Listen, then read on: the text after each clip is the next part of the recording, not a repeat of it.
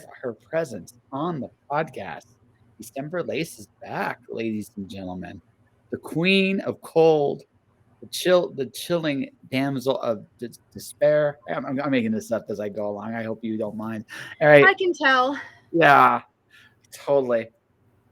A comic book icon, nearly as much as a pro wrestling icon at this I'm not point. really a comic book icon. I mean, I don't know. everybody else is the comic book icon. I just pass along what everybody else does. Kind of. I've seen some December Lace like variant covers now. I've been watching this. Yes. Yeah, so I don't know. See, I think comics have this really neat I guess where comics and wrestling crossover, and I hope you don't take this as a disrespectful thing, is almost like the Pretty Girl Valet thing is a big part of comics as much as pro wrestling. And yeah, I've seen quite a few December Lace variant covers on the Kickstarter realm with things. So I don't know. Maybe you're developing a reputation. Of course you have. I'm famous. Duh. Yeah, of course. Hey. Oh, good. People are here to see me. They're here to see I don't want to do this because if I do that, people can't see my bow. Here, we'll do this instead. I'm innovative. So it's going to be cool because next week I'm going to be permanently back in Calgary, but also my first Kickstarter. Well, you have to say it right. Calgary, Alberta, Canada. Alberta, Canada. That's right. You have to say it the Lance Storm way. Yeah, Calgary, Alberta, Canada. Yes, dramatic pause. Yes, because that is the thing, right? And I'm back there. I'm officially back there. Pretty much Saturday, but I'm here in Calgary now, looking for like getting some stuff taken care of, and I got to come back next week, and hopefully by the time next week rolls, everything's finalized. But also, JTHD will tell you this. I got a story. I also got to send him a picture really soon. In a Kickstarter, so it's like my first Kickstarter appearance this year. Well, it's about time. I know. Well, I got some big things. Be too excited. Oh, I'm enthused, but it's been a crazy like couple weeks for me because I've got my first major client for my advertising biz, which is kind of fun. I'm working on that right now.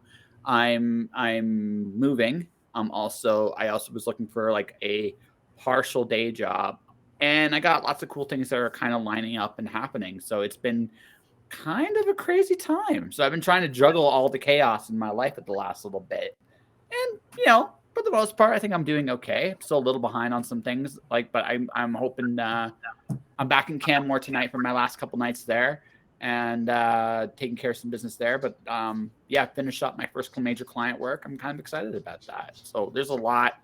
When I'm done the client, then next week I start promoting On the Stack 2, which is the project I'm on.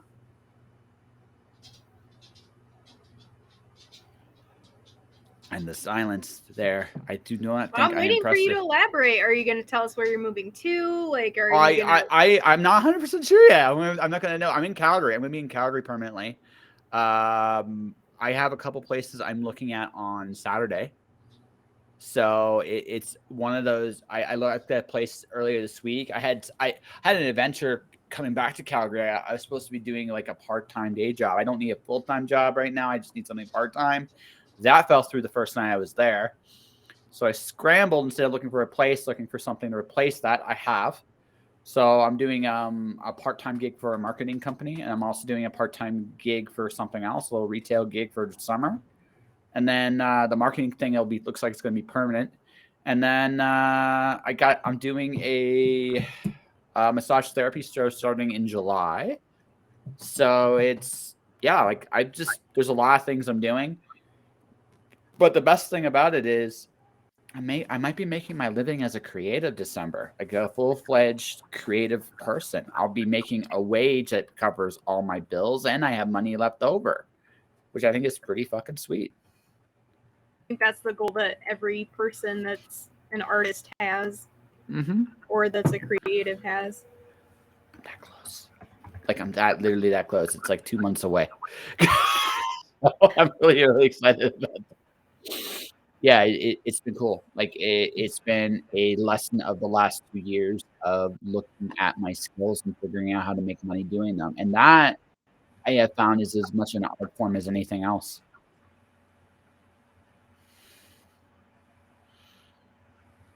And the silence Maybe she has already made This the is, zillion. no, this is big news. I keep just like I'm waiting for you to elaborate on this. Oh, yeah, well, because okay, so I'm trying to make my advertising business a regular deal. I got my first big client.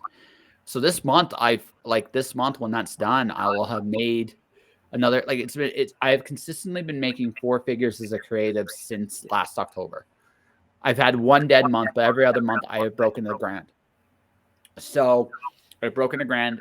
A couple months I've broken 2 grand.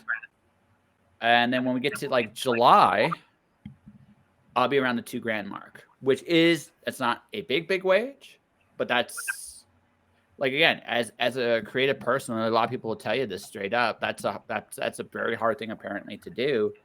And yeah, like I've hit that point. My goal by the end of this year is to get to about 4 grand a month. And I think that's actually possible. It's actually very possible considering what I'm doing and how I'm doing it. I think, and I'm doing it through making videos, drawing. I seem to be doing some stuff drawing. I got books I'm going to be releasing too. Like I figured out the business of art, like what the actual business of it is, and it's been working. You know what I mean? So now, like saying that, and things can go haywire at a moment's notice, but it looks like once I get to July, August, I won't be needing a part-time gig at all. I'll just be needing, like, I'll be looking for a couple gigs with my advertising, plus the gigs I already have that are solid at that point in time. I'll be making a pretty good living just doing that, and then anything else I do on top of that will be gravy. So there'll be some months I'll do even better than what my low ceiling's going to be, and some months I'm really just going to really take off, I think. And that's a really cool place to be. It's something a lot of people dream of doing. It's like, do you need a day job? No, I don't. And that's awesome. Well, yes, it is. Yeah. I mean, you could just be an heiress like me, but Yeah, I don't have these talents there, December. Right? I'm not as pretty as you. I'm sorry. I'm just not. I mean, I didn't get my airing from my physical looks. Like I inherit. That's what I do. Isn't that like a plot? Isn't there like some kind of nefarious plots involving other people to become heiresses with? No, nothing. That's like some old time director stuff. Like I didn't grow up in the 50s with some rotund director telling me that I have to be a murder victim. No, I just inherit. That's all I do. Party. In party. I like that. I like that. I'll get to party. I inherit and I party. Oh, and I get a lot of comic books too. Yeah. Well, that is how it goes. For me personally, it just got to that point where I've been working at it for a very long time, and it's what I want to do. Like that taste, once you taste freedom, like that freedom to kind of do your own thing and set your own goals, you don't ever want to go back. I find that's just maybe me, but you don't want to. You just want to. You want to keep living it's now your own war, living your life on your own terms. And that's like the greatest feeling ever. I mean, I just call for a limo and it takes me where I want to go. That's impressive. Yeah. I'll get there about probably another 5 years. I might not cough. I might just like beckon, like, the 2-finger beckon. Or maybe, is there like a pose you do? Well, a 2-finger is way different from where I come from, Josh. So How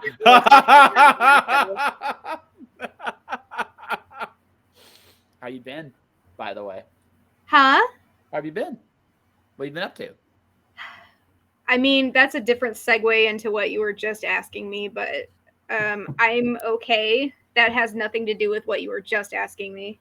No. Nothing to do with that. Not at all. I'm okay. I'm watching Joker right now. I have the Igloo to myself, and he's a handful. Is he driving you crazy? Servants be out, so I have to take care of him myself. Oh. And it's a hassle. I know. Like, there's something called responsibilities, apparently. There is? Yeah. Like, what do people even do with this? I don't even know. Do they like Anyway, adults? so it got a little bit hotter outside, so now I can at least wear less clothing outdoors, which is nice. That is an important thing. Here Yeah. I got rained on today. Actually, I went to go to a coffee shop to grab. So where I met one of my ex girlfriends, I this coffee shop kind of has like a special place, not just because of her, but I remember going in one day and she had discovered how to make a minty London fog. And I still remember this day. This was before I dated her or anything like that. She was so happy that it was just so contagious. It was so disarming because that's the joy of discovery. So whenever I go to this coffee shop, I think of that moment. So they actually have her minty fog now as part of the menu. So I got one as a sentimentalist in her favor. But on the way, I got rained on, snowed on. We actually had snow today in Calgary. That's messed up. No wonder you're Yeah. moving. I Yeah. mean, I get snowed on every now and then in months that I shouldn't because it's Chicago, but yeah, that's No, you got nothing on I us. Yeah. I mean, I've been there. It sucks. Totally. Totally. No, it's one of those things where it's one of those things where you just that it just comes with the territory. Every city you live in has their quirks. I'm sure Chicago has its fundamental flaws. You know. So many. We are now outnumbering Detroit in terms of crime. I mean, Yeah. it's nice to come off as like a straight gangster, but it's like I've been doing that since I was like 3. So, yeah. Yeah, Detroit had the murder capital of the world in like '72. I know because my dad grew up in that era. They actually had a shirt when they lost it in '73, and then they won it back, quote unquote, in '74, and they actually got a shirt. Hey, we got it back. I mean, dark humor. Dark Yeah. humor has this thing, but it sounds like Chicago has finally said, you know what, we're going to be more gangster than Detroit. We're just gonna commit more violent crimes on a regular basis. Chicago's at the point now where it's like they're not even in a t-shirt making mood for that claim. Oh, That's how bad it is. Like there are certain areas you can go to where it's fine. So it's like if you go to Andersonville, Wrigleyville, you're okay. But like if you go to certain areas after the sun goes down, then December does not recommend. no, there are neighborhoods like that in every city. I ended And I'm up. talking about like I Mhm. mean Chicago proper. Like you don't even have to be in the suburbs of Chicago at this point. Like not suburbs, but like away from the city. I'm talking about in the city proper, and it's like ugh. No, I've been in a few of those neighborhoods, not always on purpose. Um, Last time I was in a neighborhood like that was when I was living in Phoenix, Arizona. I had just gone to the Phoenix Comic Con, and this was on a Saturday. And I remember that the last bus from there to they dropped us off, and they literally dropped me off in the worst area of the city. I was the last bus, looking around, sun's going down. It's like I better move my ass because it's all barred up. It's like you see litter everywhere. It's like, oh, I wish I had known that better. It was a long walk, but I made it. I mean, I was good. Never going to do that again, but I made it. You know, it's sad to say that. I mean, one thing about the United States, like the infrastructure of it, seems to be breaking down everywhere, and that's why I think we're seeing more and more of this stuff happening.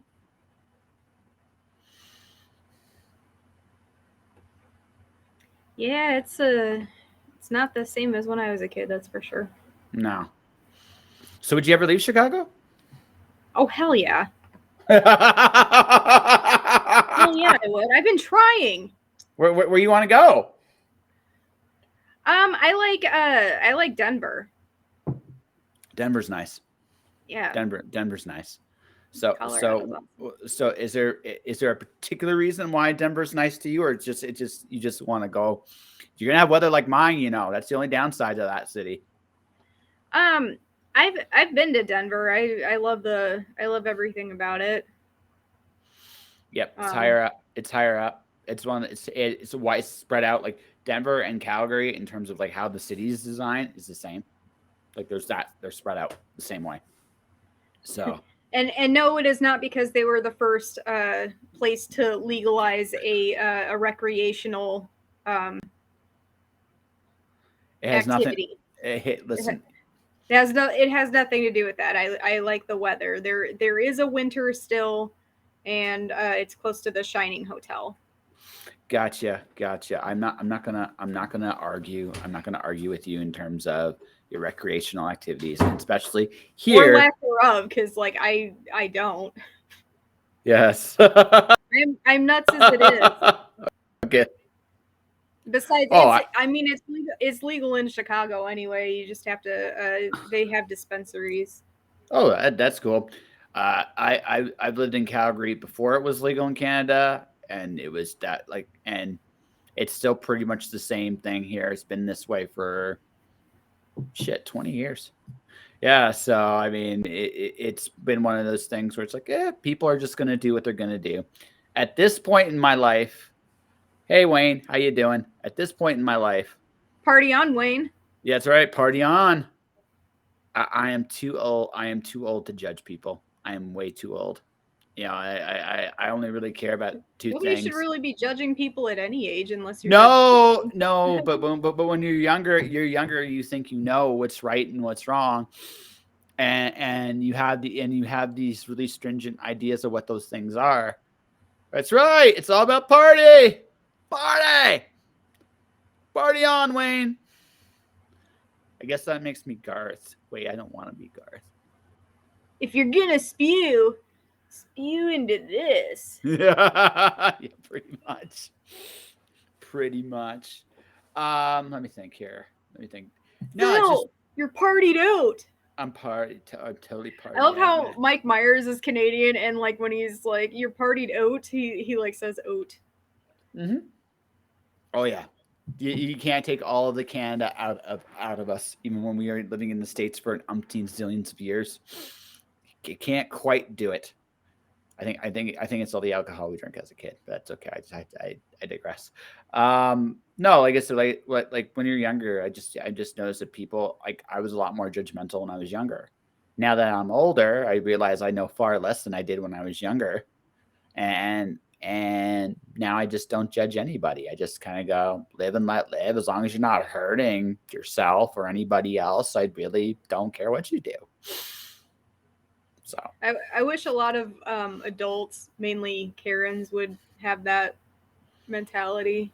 I feel like a lot of problems are being started by adults that, well, technically I'm an adult, but adults that have no, like they have more time on their hands than maybe they should, telling people what to do. It's like they have no experience or the same background as the people they're trying to tell what to do. It's like, hey, maybe leave them alone. I see. I have this theory. I was talking about this with Don. We talked about this a little bit with Don last night when I was on the podcast. Social media is kind of is a place for virtue signaling all the time, and because it's easy to do because people can just talk on a keyboard and not worry about it because you don't see the person on the other Yeah. side, Yep, right? that is so true. Right? You don't see it. I get that all the time. It's like I say what I mean on socials, and people get really excited, and I call them keyboard warriors. It's like they forget who they're talking to, because I actually will remember what they say, and I will ask them to their face when I see them, because I will see them like at a con or something, and I make a note to remember. So like when I Tom, for example, like was talking some major shit, and like I remembered like everything that he said, and I have screenshots of like all of this stuff too. I And saw. I huh? got to see that you. I got to see a little bit. I met Tom. Oh, Do I'm you really sorry. want to go? Do you want to talk about Tom, or do you want to move We past can talking in a about? second, but the point is, it's like Yeah. people forget that I was a wrestler for a really long time, and not only did I practice like at least 3 times a week, so I had to train with guys too, so usually I was the only girl, and I'm used to sticking up for myself too. So it's like I don't see this as a 5 foot chick. If there's a problem, like I'll talk it out and I'll get to the bottom of it so that there's no like problems, because in the ring, like you have to do your stuff, and then put on a good show and then get out. So if there's any animosity, you gotta like smooth that stuff out there. you also can't walk around talking smack because you will be asked to like put up or shut up. So when people are talking to me and they can't back it up, I'm just like, bitch, please. Like, who do you think that you're talking to? Like, I might run my mouth, but you best believe I will back up everything I say, whether it's like muscle behind it, which that's not the first thing I go to, or a screenshot. Because it's like I research everything that I do, and I damn sure take screenshots of everything. And I'm not here to cause trouble, but it's like sometimes I'm like, shut the fuck up. What the hell are you talking about? Like, do you hear yourself sometimes? I do sometimes. Sometimes. I take screenshots, bitches. That's right. No, Most of you shouldn't be afraid of me though. So like I oh actually well, I get pretty sad that people are like, people are afraid of you, December. I'm like, why? I like comic books and I like watching cartoons in my pajamas. Why are people afraid of me? And they're like, oh, you went after a creator. I'm like, no, I didn't go after a creator. I took a screenshot of something dumb they said and asked them about it. And then they went on socials and was like, December's attacking me. I'm like, I didn't attack you. I asked you point blank, what about this? And then they went into like victim mode. I'm like, no, you're not a victim. You just can't handle a direct question from someone who's used to speaking in a conversational tone. Like, what is your problem? And people cannot handle a direct conversation sometimes. And it's like, it's getting that way. And I'm like, look, I'm a pretty reasonable person. Like, just talk to me like a normal human being instead of cowering behind a keyboard. But you got to understand that I will talk to you. I will be direct and I will be blunt. And if I'm wrong about something, I'll be the first person to apologize. Oh, absolutely. I will own up to everything I do. I'll make a public apology. But you got to understand, I researched the shit out of whatever it is that I'm talking about. And most of the time, it's like I will have stuff that I can address like right in front of people, and they'll skirt the issue. Tom is one of those. He'll like go around in circles so he never has to address what I'm asking him. And I'm like, okay, but I asked you about this. Can you tell me about this? Well, I don't think that I should have to talk about this because I'm like, Tom, I'm asking about this. What about this? Well, that's not okay. You know what? I'm exhausted, so shut the fuck up, Tom. I'm not doing this. Everybody else, you guys can see what this is. And for anybody watching, I'm pissed at Tom because he used one of my friends who passed away last week, or not last week, but last month. He passed away from cancer to promote his own Kickstarter, which he did not have art on. And he did this like the day that he died. It was in poor taste. I called him out on it, and he's like, well, I thought it was well written and it's fine, and people grieve in different ways. I'm like, you're not grieving. You're using his name to promote your shit, and it's disgusting. No one else that was mourning his loss is using him to promote any of their stuff. So that's mainly why I'm pissed off right now. He's done other shit, but whatever. I've taken screenshots of it. He's never apologized to it, and he's not even donated to his memorial fund. Like he shared it, so that's nice. But he said that it's his Kickstarter was dedicated to him, but there's been no donations made to him, and that was pissing me off. Okay. So yeah, that's my rant. That's your rant. Okay, so I was going to ask this. Do you want to tell me I'm wrong, Tong? Tell me, and then send me shots to prove it too, because I know that that's probably funny to you. But it's really not funny to me because David was a really nice person, and he also withheld David's payment to him when he was an artist, and he owed him a paycheck for when he worked for him. And he deliberately ignored his text when he tried to get that payment, and he asked me for help to try and get that from Tom. And then all of a sudden, Tom miraculously saw that, and he's like, oh, well, I got it to him. I'm like, yeah, you did because I asked you to. I have the text for that too, and I put it up on Facebook. Okay. So I'm not laughing at. I didn't laugh at the. No, I know that you're laughing because of how angry I get, and I know it's amusing, but like it's. No. Actually, that's not fine. not That's that, totally fine. But like, no. That's yeah, not. That's I not, do get comical, but like that whole situation was fucked up. No. It's not. That's not why I'm laughing either, though. What I'm laughing about is you just see most people when we're talking, like we haven't mentioned the last name. I know you don't have a problem saying it. But you basically most like in this industry, it is very rare to have somebody openly call out a creator openly, right, about what they did and didn't do. It's a very Tom it's Hutchison, BDI. yep. It's a no fucks to give, right? So now I have met Tom. I met him years ago, back when BDI was regularly in comic Yeah, shops. I Yeah. did, and I'll tell you this. Like, I'm sorry. Like, once again, I met him before. He was nothing like how he was now. He used to be really generous and very kind, and we were really good friends. But that was like 12 years ago, and he's nothing like that now. And I don't know what happened. And it sucks. People do change. Like I like Yeah. again, not defending anybody here because to be perfectly really blunt, I caught the Tom's promo stuff on the guys thing. I did too think it was a bit poor taste, like to go, hey, wow, everybody's on the morning page. Hey, here's my Kickstarter. I'm like, this isn't really the spot for that. But and you called him out on it, and it seemed like he tried to work something out. I followed it for a little bit, and then I kind of just let you go because I figured like that's your business. That's yours and Tom's business. What happened with each other, right? And whether we agree or not, it's like that's your fight. So what I'm basically saying though is this is the like this maybe comes from maybe your professional wrestling, it's standing up for yourself kind of thing. A lot of creators will not stand up for themselves when someone wrongs Oh them. yeah. It's a big thing. Like it's a big thing out in It's the industry. terrible. Yeah, no, because Like, and you know what? I know that I'm technically on the outskirts, but the thing is, I see people all the time, and they're like, someone needs to do something, someone needs to make this better, and no one's doing it. So that's why I did that. And then, you know, if the only people getting pissed at me are the people that are screwing people over. There's literally no one that has a problem with me doing that because Tom bullies so many people, and every single person that like is grateful for it private messages me, and they're thanking me about this.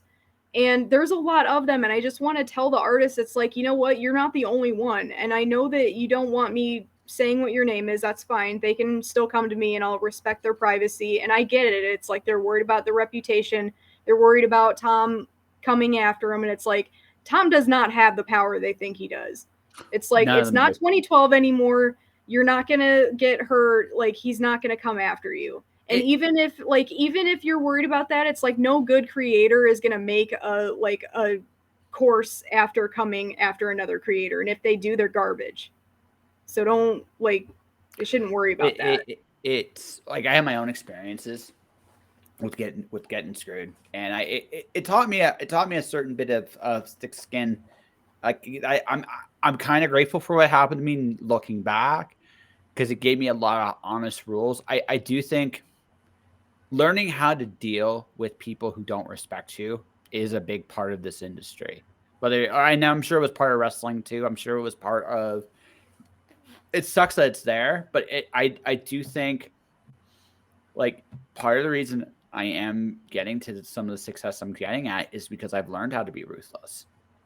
Right? I may not do what you're doing in terms of publicly call them out, but I will privately talk to some of these people too. That's the thing. I did privately talk to him, but he was not responding. So the only time that I take stuff public is when they don't respond. Oh That's no, another thing. Is like when people are like, "Oh, December is going to come at you." I'm like, "No, I have privately messaged people, usually to a good extent, but when I know for a fact that they're going to ignore me and they're not going to respond to me privately, because I do try to keep some class about it. Like I oh don't no, I you don't want to like be doing that professional. stuff. I Well, try, like, yeah, even yeah. if but it's not gonna happen, especially with him. Because that whole time he's like, "Oh, I apologize to you." I'm like, I have every single text. Like when he asked me to do cosplay for him, and he wouldn't put me on his Comic Unity campaign because I didn't dress as his character after he asked me to dress up for his campaign. But he's like, "Oh, I apologize to you for that." I'm like, "No, you didn't." And he's going around telling people he did. I'm like, "No, you didn't. I'm like going to set this straight because you're lying to everybody. So I have no other way of clearing this up. So I will put this on the public forum to make it clear. You did not apologize to me. Now you're lying to everybody, and I'm sick of your shit. So if you do want to make it right, this is where I am. You know where to find me. So don't act like we're good, because we're not. And everybody else over here has problems with you, whether you want to admit it or not. But I do think that there is something like a little wrong based off of how certain responses I've gotten are. Like I do think there's a problem in communication. It's not necessarily Not to make fun of anybody, but there are characteristics of that I've seen displayed that make it kind of like impossible for him to really understand that. So I'm kind of learning that that's just not going to happen, and he really does not understand that using a deceased person to promote his Kickstarter is in poor taste, and despite everybody telling him no, that's not okay, like he just cannot physically, mentally, like up here there is some defect that's preventing that from happening. So it might just be something. I don't want to get canceled for bringing up a mentally incapacitated person for not being able to respect social norms. Please don't cancel me. I just care about my friend. That's the only reason that this started, is because I didn't want my friend like going through that when there was no one else to speak for him. So I decided to. That's really the whole thing. But I will tell you this: the people that did come together and decide to donate to his fund, which is like every other fan out there, and the ones that shared, thank you very much. Like within 2 days, were the people who've pledged or sent me messages. It's up to like over $200 that I'm able to donate to the fund on behalf of you guys. So you guys are killing it. So all of the anger and irritation and stuff that Tom has frustrated me and propelled me to do that, on top of the love that I have for David, it's I'm happy to report that we are making like a really big difference for that, and that is all you guys. So thank you so much. I love it when there's love to move forward like that, because that's where it's really coming from, despite all the nonsense that you saw for the last 10 minutes. Okay. I was gonna add one little thing, because again, I can speak somewhat of my own experiences too. The reason these teeth on top are fake are because of my experiences, some of my own personal experiences on the downsides of the artistic side of the business.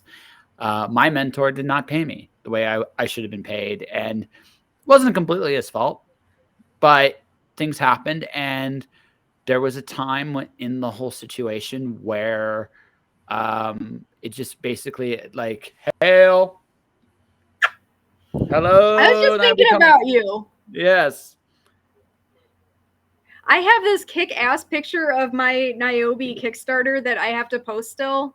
I've been so behind in like all of my Kickstarters, but Niobe Comics has been flooring it. Like they're really on their way, so that's been awesome to see.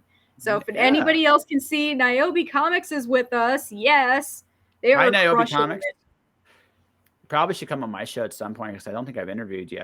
Could be wrong on that, but I don't know who Niobe Comics is, the identity of it. So yeah, they're here.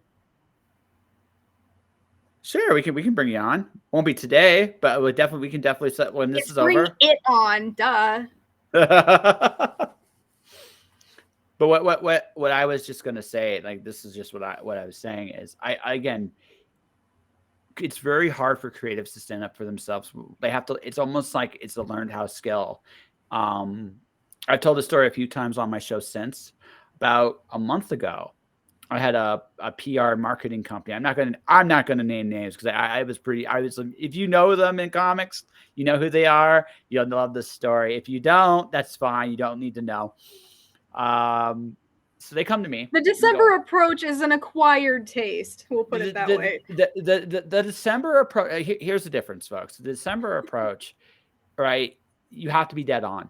Like the fact of the matter is, the fact that we brought up Tom Hutchinson is simply because, frankly, the screenshots are there. Like, you can literally watch it and kind of make your own conclusions.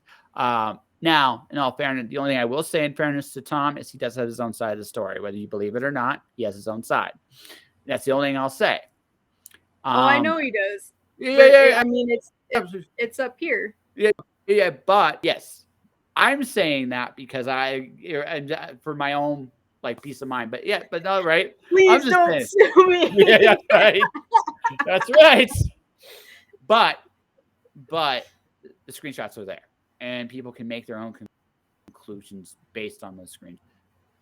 It's thing to have those. The other thing, though, sometimes it doesn't. Like most of the time, it doesn't need to go that far. So, like in this case, it doesn't need to go that far because it ended pretty hilariously. So, I'll tell you my story, like my more recent story, because I think it's funny. So they come to me. They come to me shortly after I break 2,000 downloads in a week. First time I ever did that, which I think was pretty cool. And they approached me and say, "Hey, we got all these comic creators that you'd like to interview." I'm always looking for more content.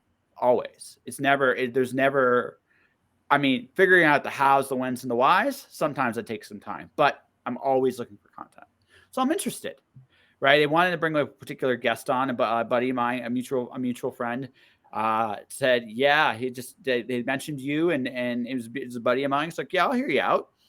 Before I know it, they pitched me their whole company, and they want their logo on that top corner there, right? Whenever they do an interview with one of their clients. Now, we are talking about creative standing up for themselves right this minute. Then we're probably going to talk about professional wrestling a little bit, and then probably comic book stuff, and also the fact that she's a Harris that we met here too. It's a thing, Niobe Comics, we were talking about before you got here, that creatives normally don't stand up for themselves, and a lot of them won't. And it's like a lot of them want to, but they're scared to because their reputations, they're worried about people demolishing them. And it's not that they don't want to, but they're afraid to because they're afraid that somebody is gonna tarnish them or keep work from them or whatever bullshit. Yeah, it's a real threat to them because their livelihoods are at stake, and some of them are owed money by these people that do that. And that's when I started running my mouth like publicly, because after private conversations were not getting through, that's when I started saying something so artists could get payments. Some of them, I don't really do it so much anymore. I think that you and I talked about that a little bit, Niobe. But anyway, sorry, Josh. Yeah. So anyway, this marketing company, so it goes, this sounds like a sponsorship thing, right? There's a reason we don't do clown porn here. Do not do clown porn here. Yeah, well, there is some, like I said, I also know, like, we're not like I said, sometimes shit happens too, and that's the other thing too. Sometimes, not always, but sometimes. What I was going to finish my story with is I looked up this company. I looked up one of my current clients was one of their former clients, so I got their opinion, and then I sent them a little pitch because I didn't need them. I don't need them, and it's like, well, if you want me to do that, it's going to cost you X amount of dollars, right? The second part, but I also work with other PR companies for metal bands and for books. So get some of my guests come from these places, and we have a little deal. I made that company the same deal, right?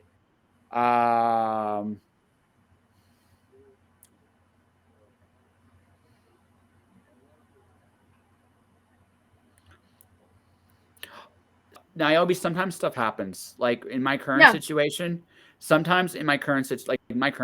I actually owe a couple creators money. I'm being blunt. Because I'm about to pay them, but I've been late. Things happen in life sometimes. The secret I find is open communication.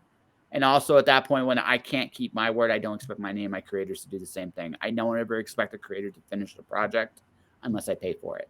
And I've learned that. That actually that happened to me too, Niobe. People were some of the artists actually told me a different story than was the truth. So I found out from a third party that when they were telling me like X didn't pay me, I'm like, oh, okay, well, that needs to be taken care of. And, I said something. And then the publisher was like, well, yeah, their agreement initially was to get paid then. And then when that happened, they started crying about it. And then a whole bunch of other artists got dicked over so they could get paid early, which was not their initial agreement. So then it becomes, oh, and I'm not saying all artists do this because so many of them don't, but it's like a couple of them lied to me when I was trying to help. And then that's a big reason why I don't do it anymore. Because I really did want to help the artist, but when just a couple of them, no, it wasn't you. It was not you. No, But yeah. But a couple of them did lie to me, and I found out about it, and it was not okay. And I know you do. Yeah, But it's we've the we've whole all been there. system is yeah, and I Yeah. was really mad because it's like how many of those artists like had everything wrecked because one person decided to, and they knew that what they did too, because I talked to them about it. I'm like, this is what you told me, and this is what really happened. And what I'm upset about is like I'm trying to help you guys out, but when you're telling me something that's not true here, this is more than you. This is me trying to help, and this is a whole bunch of your colleagues that you just screwed over. Yeah. And then I mean, it burns bridges too. yeah, communication, like I said, Niobe, even with me, like I've made mistakes on both ends of the spectrum, right? Hired to do a job, that would be me. That would be me theoretically. but the thing is, I've learned this too, is like it's not always cut and dry, and it's always good to hear both sides of the story. Yeah. What's my name? My name is Joshua Penteleresco. Right. Yeah. This is yeah. So I I'm put Josh. his name on there. What are you trying to be sly? I I always think give so. credit. No. I actually put I linked. I It's put the just link. Joshin. Yes. Yeah. So we're talking about, and we just ended up starting about talking about creators' rights, and and December we got some stuff off for a little bit, which is fine. We started talking stories, right? That's also fine. There's like no room as it is. I shouldn't be keeping this on my chest. Good gracious. No, I know. Let it out. Yeah, let it out. It was all good. That's what I'm here for. I'm apparently a therapist for some creatives. I'm not sure how that happened, but apparently. The thing, like I shouldn't have even had to go there in the first place, and I was very upset and like to begin with, because I'm like, I am mourning a friend that like is tribe to me. Like Mhm. that is extremely upsetting to me even now, and it's been oh, thank you for adding Josh. He does Yes. amazing work, and he puts up with my late ass. Anybody that's like that is like total gold. So Josh, thank you for sticking Yes. with me. I know that's frustrating. No. So okay, I got a fun story. I'm not going to name it. You can look this up on my YouTube channel if you really, really want. The worst guest I've ever had was a Star Trek alumni. I'm not going to name him, but if you look in it's really early on in the show's history, like really early. And What am I doing on here if you have Star Trek alumni? Like because you're either really digging deep or you're just like, oh my god, I'm so desperate. Like oh I have to no get this number on here. Oh my god. haven't you ever figured out the real theme of the show? One of the little secrets of the show. I'll let you in on this. Right? Secrets are no fun. Secrets hurt someone. This won't hurt. This won't hurt you. I think this is one of the coolest things about this. I've had #1 New Yorkers on this show. I've had people just getting started, and that's by design. Because for me, I just think honestly, everybody has an incredible story, including you. So, the Oh, fact I'm that just you getting are started. Let me tell you something, Tom. that's right. Let me tell you something, brother. I'm gonna come after you with my Slim Jims. Ooh yeah. But anyways, the thing is, everybody's got an incredible story. You included. Everybody that's been on the show has one. And it doesn't matter where they are in the rock of life. Famous last. I use safe words when I don't bullshit, right? My safe word is So harder.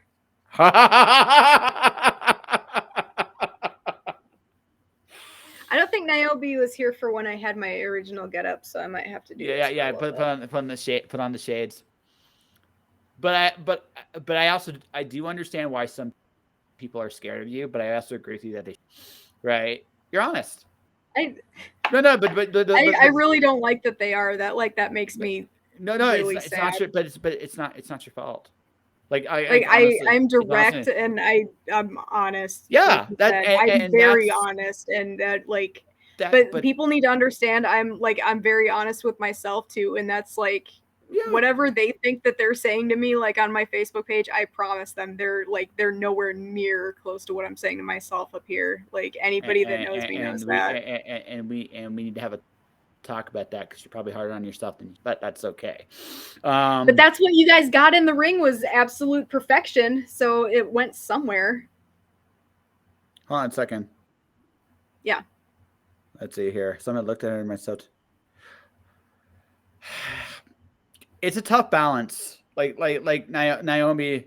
No, that is the truth, Naomi. It isn't your job. It's also this is a really tricky balancing Yeah, line. I'm the first one to say that.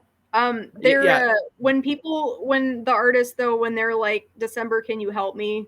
Nobody else is. That's when I'm like, yeah, I'll help you because they really need help. And yeah. people forget this, like comic creators, they're exactly like the readers because they started out like that. Readers are people that want escape from the real world. They're the ones that are probably really quiet and didn't stick up for themselves when they were growing up and like are having problems doing it now. The thing is, Tom knows that and he plays off of that. That's why he's bullying people now. Because I recognize It's not just bullying. It's not that hard to see. it's not just that. It's other like there's a lot of that in entertainment. Period. It's not Oh yeah. just it's not Yeah. just comics. It's entertainment.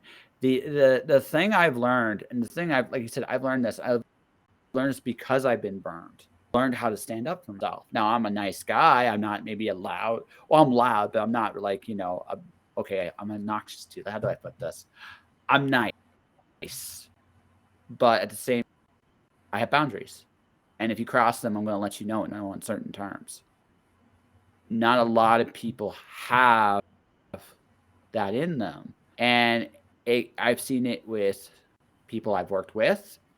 And if certain signs, if I see certain signs of certain patterns, I bail. I don't even think about it. I just bail. And I've learned this.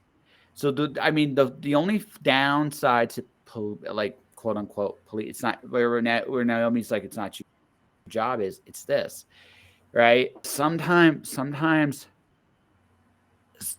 the hardest thing is what's actually the best way to help somebody.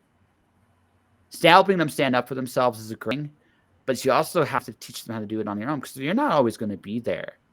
You know what I mean? And you survive this one bully, but what if the next person they deal with is worse? Yes, I am in Calgary. Yes, I am in Calgary. But I've also used to live in Detroit and Phoenix in the United States, so among other places. Look him That's up. really Have a cool. party. That's really cool. That's really cool. If you decide Wait, Niobe, does that mean that you're going to go to Canada and have Niobe be international? Yeah. Yeah. We'll see what Niobe says. Yeah.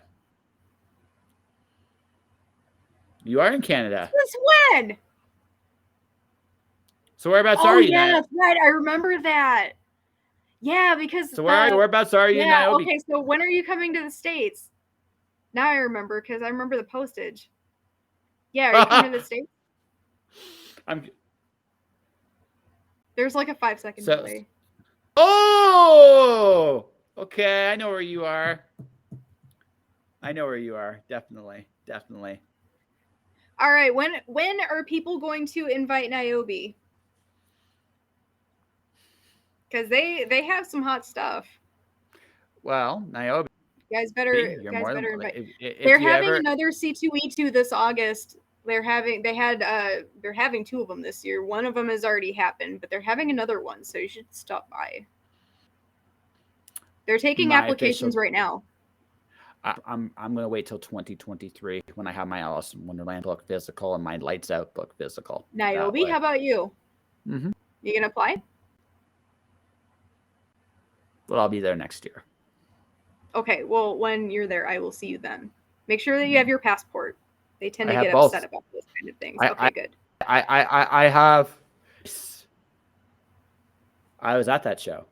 Oh, I didn't realize we were talking to someone as worldly as Niobe. Yeah. So he's like, look, I tabled at the Calgary Expo. Like, we're coming at him. It's like, no, bro, easy. Yeah, no, I look at it like this. Yeah, Niobe, you ever in town? Just come, look me up, say hi. As far as I know what your name is too, Niobe. I'm just calling you that because that's what your screen name is. Yep, I remember. That's cool. Yeah, but at the same time, yeah, next year I'm planning on going. I have to go to the States next year, and also I have both passports and an American, so I can travel. I can travel now.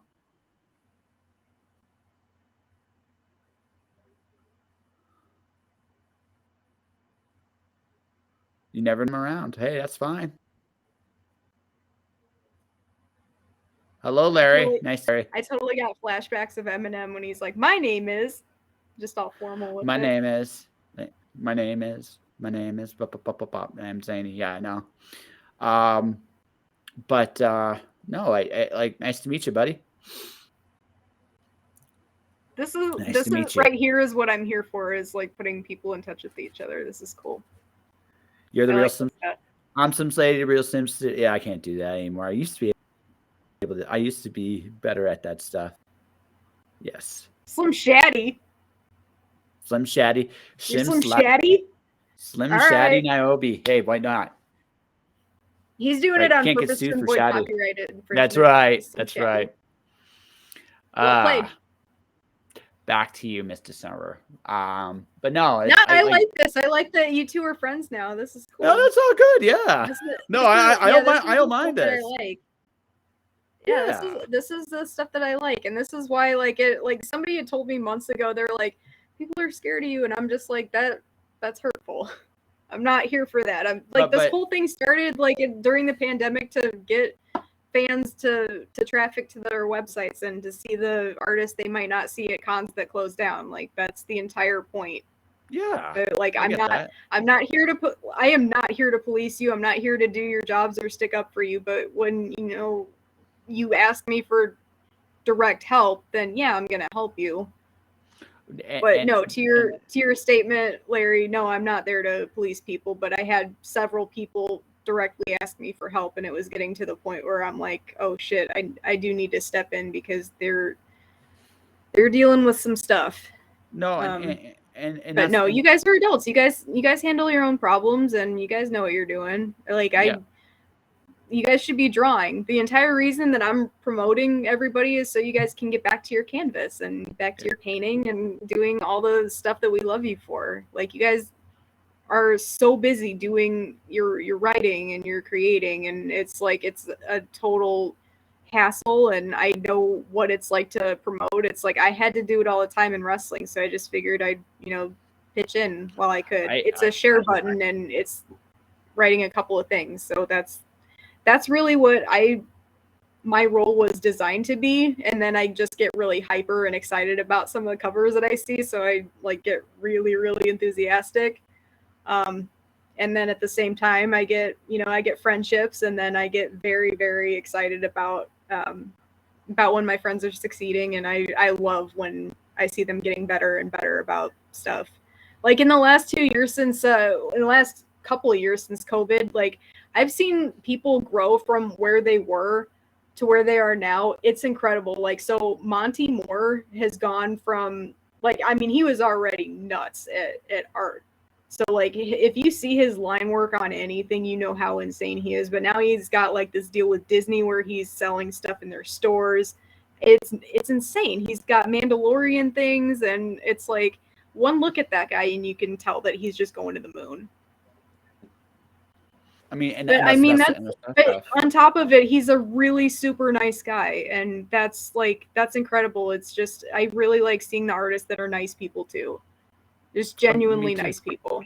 Me too. He also has a Kickstarter right now, so if you see Midnight Cafe, that's not staged. I just thought of that. Midnight Cafe is available on Kickstarter. Monty Moore, he had in my ranking system, I give him a 10 out of 10 on everything, so he's fantastic. That's awesome. Yeah. No, We love you, Monty. There's, you know what, honestly, in the industry in general, like not just entertainment in general, most of the people are nice. I've interviewed people that are actors, actresses. I've interviewed like Price of Pro Wrestlers. I've interviewed animators. They're all amazing people, almost all of them.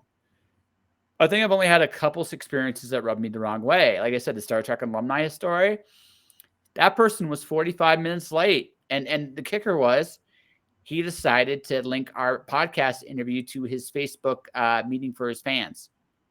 And he did not consult me about it. He just did it. It's like, well, this is going to be an interesting interview. It kind of was, but not in the way I like it. No, not Garrett. Not Garrett. I'm not going to name the name, but it's not Garrett. Right. So I actually, is this Star Trek, the Enterprise? No. Okay. No, I'm not going to name. Because if it's Jonathan Frakes, I can handle it. No, Jonathan. Okay, I'll tell you a fun Jonathan Frakes story. I love Jonathan Frakes. Like, don't tell me anything bad about him, please. No, it's not. No. I have nothing bad to say. Jonathan Frakes. Cool. No, this is something. This is just a cool little observation. So I answered Natalie first. I answered Jonathan Frakes story. So I actually know somebody who's friends with Garrett. If I ever wanted to meet him, I probably could, because I'm good friends with him, friend of a friend. And they've actually worked together, so it's not like out of the realm of possibility. But Jonathan Frakes cleaned up after himself at a Comic-Con. It was like he was not only was he a good person on like doing his stuff, he also actually cleaned up after himself to such an degree that even the Comic-Con attendees were shocked. People that volunteered and were doing the cleanup and taking care of him were like, he was like the easiest guest ever because he actually took care of himself. So he's actually that's a neat little story I know about. I know about Jonathan Frakes. I've met the only two big celebrities I've met from comic conventions, because I'm usually working them when I'm there. I met Will Wheaton in passing. Will Wheaton. Yeah. I met him in passing. He almost always is like a Phoenix Comic like Fan Fest. Yeah. Hold on a second. Yeah. From what I know about Garrett, he's just a cool guy. Right? You just shouted, yeah. You went up like 2 octaves. I did. I got that in me. Yeah, it's that's really, cool. really cool. I'm not saying that. It was just funny. Yeah, hey, listen, we all got our quirks. You made me laugh earlier, so it's just like, what did I do to make you laugh? Was it because how pissed I got? No. Now you're like, no. Like Mark Wahlberg. No. Do you want what? No. You want to hear the truth? So you remind, this is good. My dad's a lot like you in the sense that he's very direct, very blunt, very honest, very sincere. Is this the Italian part? Maltese, the Maltese part of him, right? Okay. He also grew up. I mean, he grew up in he was a white kid in poor Detroit 70s, really, really ghetto poor. So he has a certain. I'm nice.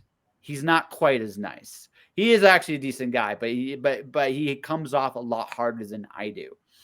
And well, I mean, let me ask you this real quick about your dad. Was he nice until people took advantage of him?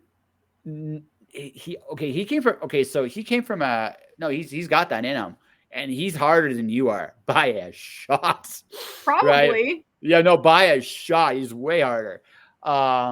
I'm not gonna say I'm harder than No, your no, dad. no, That's no, totally no, impossible. no. You have the same quality, and that's why I laughed. And that's this. You tell it like it is. No, you tell it like it is, and it's refreshing. Sometimes I did a job interview about in Windsor for a job, and I was just being honest to the point that the guy interviewing me broke down and laughed, started laughing, just started laughing. I was like, "What's so funny?" He goes, There's no bullshit in you at all. You just cut straight to the chase. I don't have to hear it. Like there's no song and dance." So I'm laughing because it's refreshing, not because I feel like I know where you stand. I think that's great. Like that's what I honestly think. But sometimes the way you come off makes me laugh because this is legitimately what she thinks. This is legitimately her. It's awesome.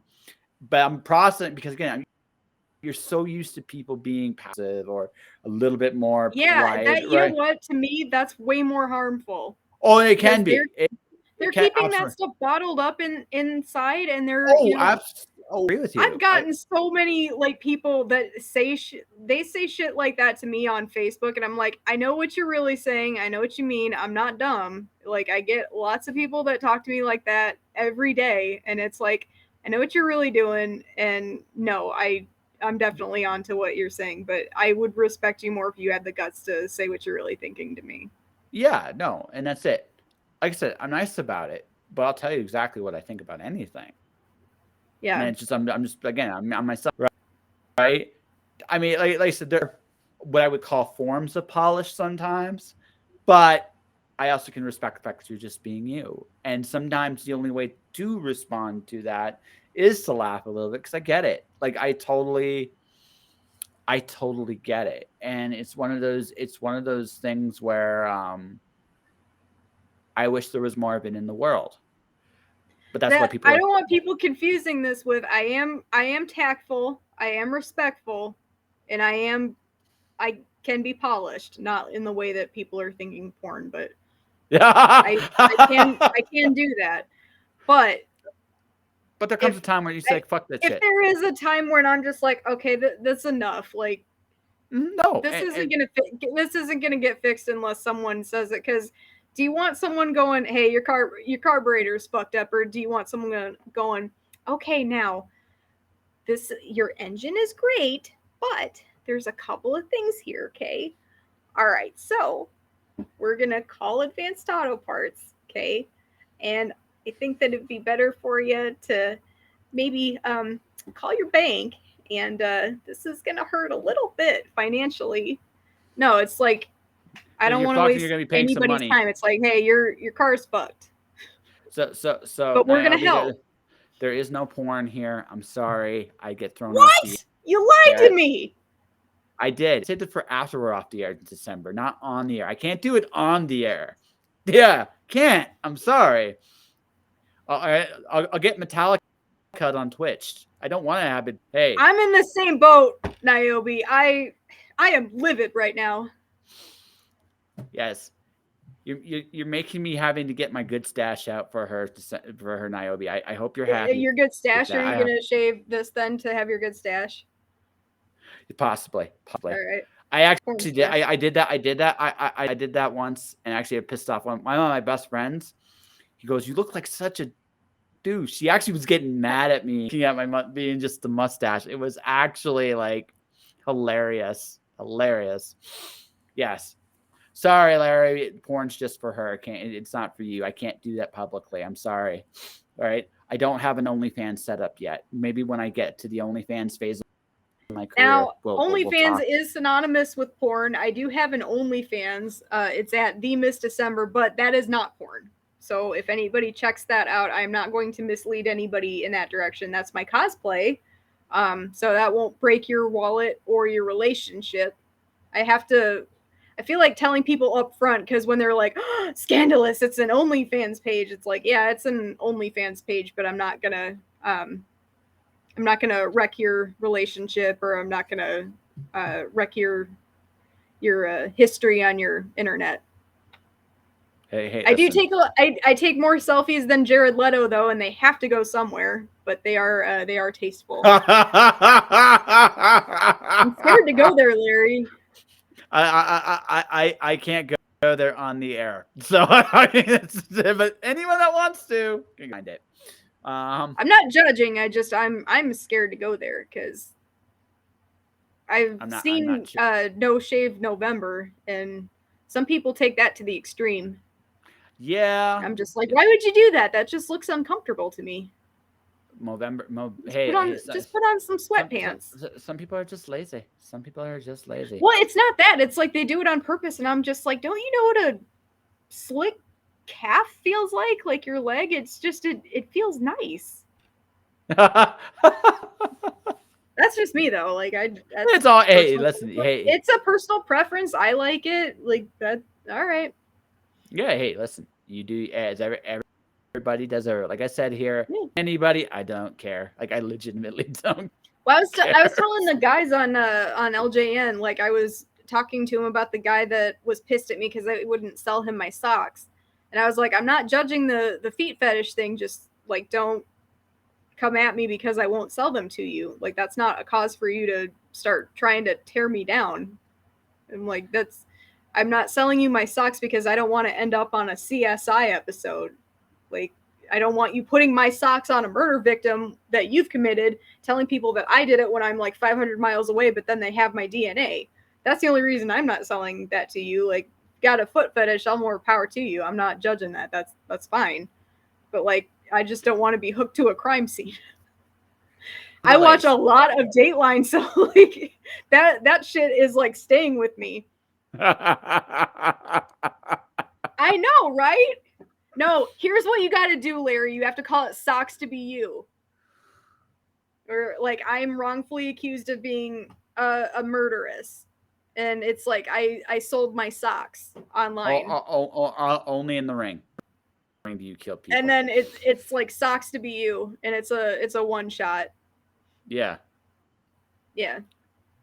And nobody steal that, because if I do that, it'll be with Niobe Comics. I will do that with Niobe, but nobody steal that because we came up with that. Everybody saw it. I will do that though. I will co-write that.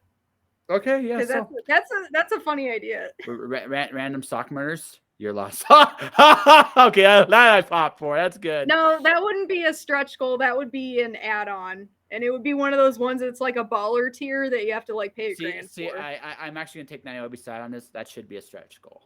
It should be. Listen, if you're gonna be part of a crime scene, get your money's worth. December, go for broke. No, we get X amount of dollars. What?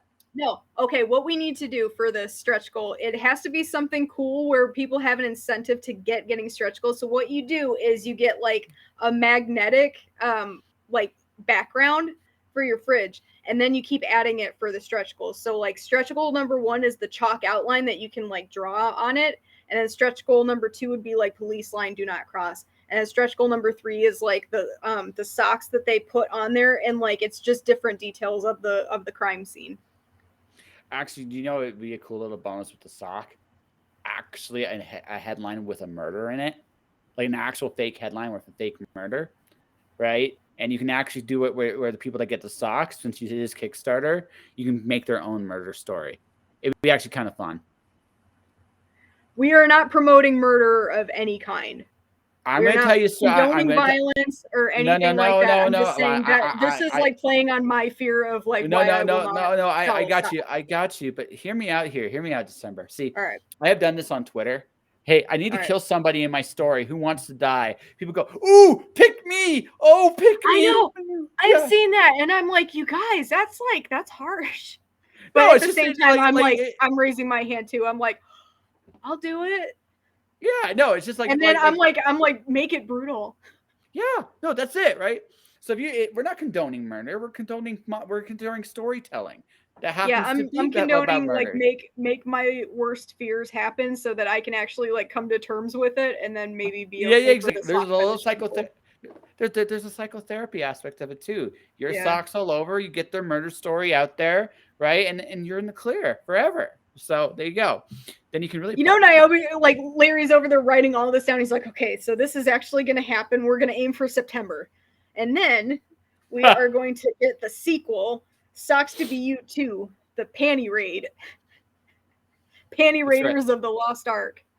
There you go. See that. So you got yourself your little comedy, and then you should go for your big dream goal, which is independent film, right? B movie style. I don't know if it could be independent film. No, totally. It could be the ultimate B movie. Yeah. See, that would be the title of the movie. Sock it to you, the revenge. Yeah. That would be your B movie. That would be your B movie. Oh my god, I'm like coming up with ideas. Legit, this is awesome. Yeah, see, there you go. We went from like people are now you're plotting like murder. It's fantastic. This is good with Socks. It's great. It's great. This is like me making fun of myself with like in a big way. Hang on, I gotta get gorditas. What kind of gorditas do I want, people? I don't know what kind of gorditas are available. I don't know, but I have like I can't help. I don't know what they. I don't know. Hang on, let me put in a gordita order. I'm always like, it's Taco Tuesday. I have to get tacos. Okay, there's nothing wrong getting tacos. I gotta order tacos. It's Taco Tuesday. December celebrates Taco Tuesday. That's right, ladies and gentlemen. This is Taco Tuesday. But no, it's ladies and gentlemen, anything and everything can happen on the show. Topics today. So, actually, while we're let's change gears just slightly for a minute. So, what do you think of the Owen Hart tournament starting this Wednesday? I haven't been paying as much attention to either Fed as I should have because they kind of lost me for a little bit. AEW and WWE is just like they lost me months ago, and I can't believe this. They let Ember Moon go. Like, why would you do that? I know her. She's a good chick and she's an awesome wrestler, but I was pissed about that. I knew her from Shimmer. Yeah, I'm not going to make the argument. I don't understand why you would. I do want to interview her at some point, though. She seems like really fun. I watched her interview with. She's cool as shit. She's awesome. Oh, I would just talk game. I would just talk gaming with her. She looks like she's like the biggest hardcore gamer ever. So it'd be kind of fun to actually. Oh yeah, she's awesome. Yeah. You know who else is a hardcore gamer is Zelina Vega. No, I know she is. I know she is. I actually popped how much of a gamer she is. My favorite Royal Rumble point so far with her has been when she came down as Vega, because Vega was my fighter in Street Fighter. She pulled that off really well. It's like, okay, you got a good sense of humor. I really dig it. All right, and also her husband. I can't wait to see that finally. Him and Death Triangle finally go at it. It's gonna be good. So. Chun-Li was the shit back in the day there, Niobe. Chun-Li was good. Did you guys see when Mortal Kombat had the anniversary and they're like, I can't believe it, no Chun-Li? And I'm sitting there going, look, chick, okay. Did you guys see this article? No, I didn't actually. No, I didn't. So they were writing about Mortal Kombat and the anniversary, and someone got on there and it was someone trying to be cool, but they didn't know anything about what they were talking about clearly, because it was a journalist and she put no Chun-Li, and I'm like, yeah, bitch, please, like, you're making all of us look bad.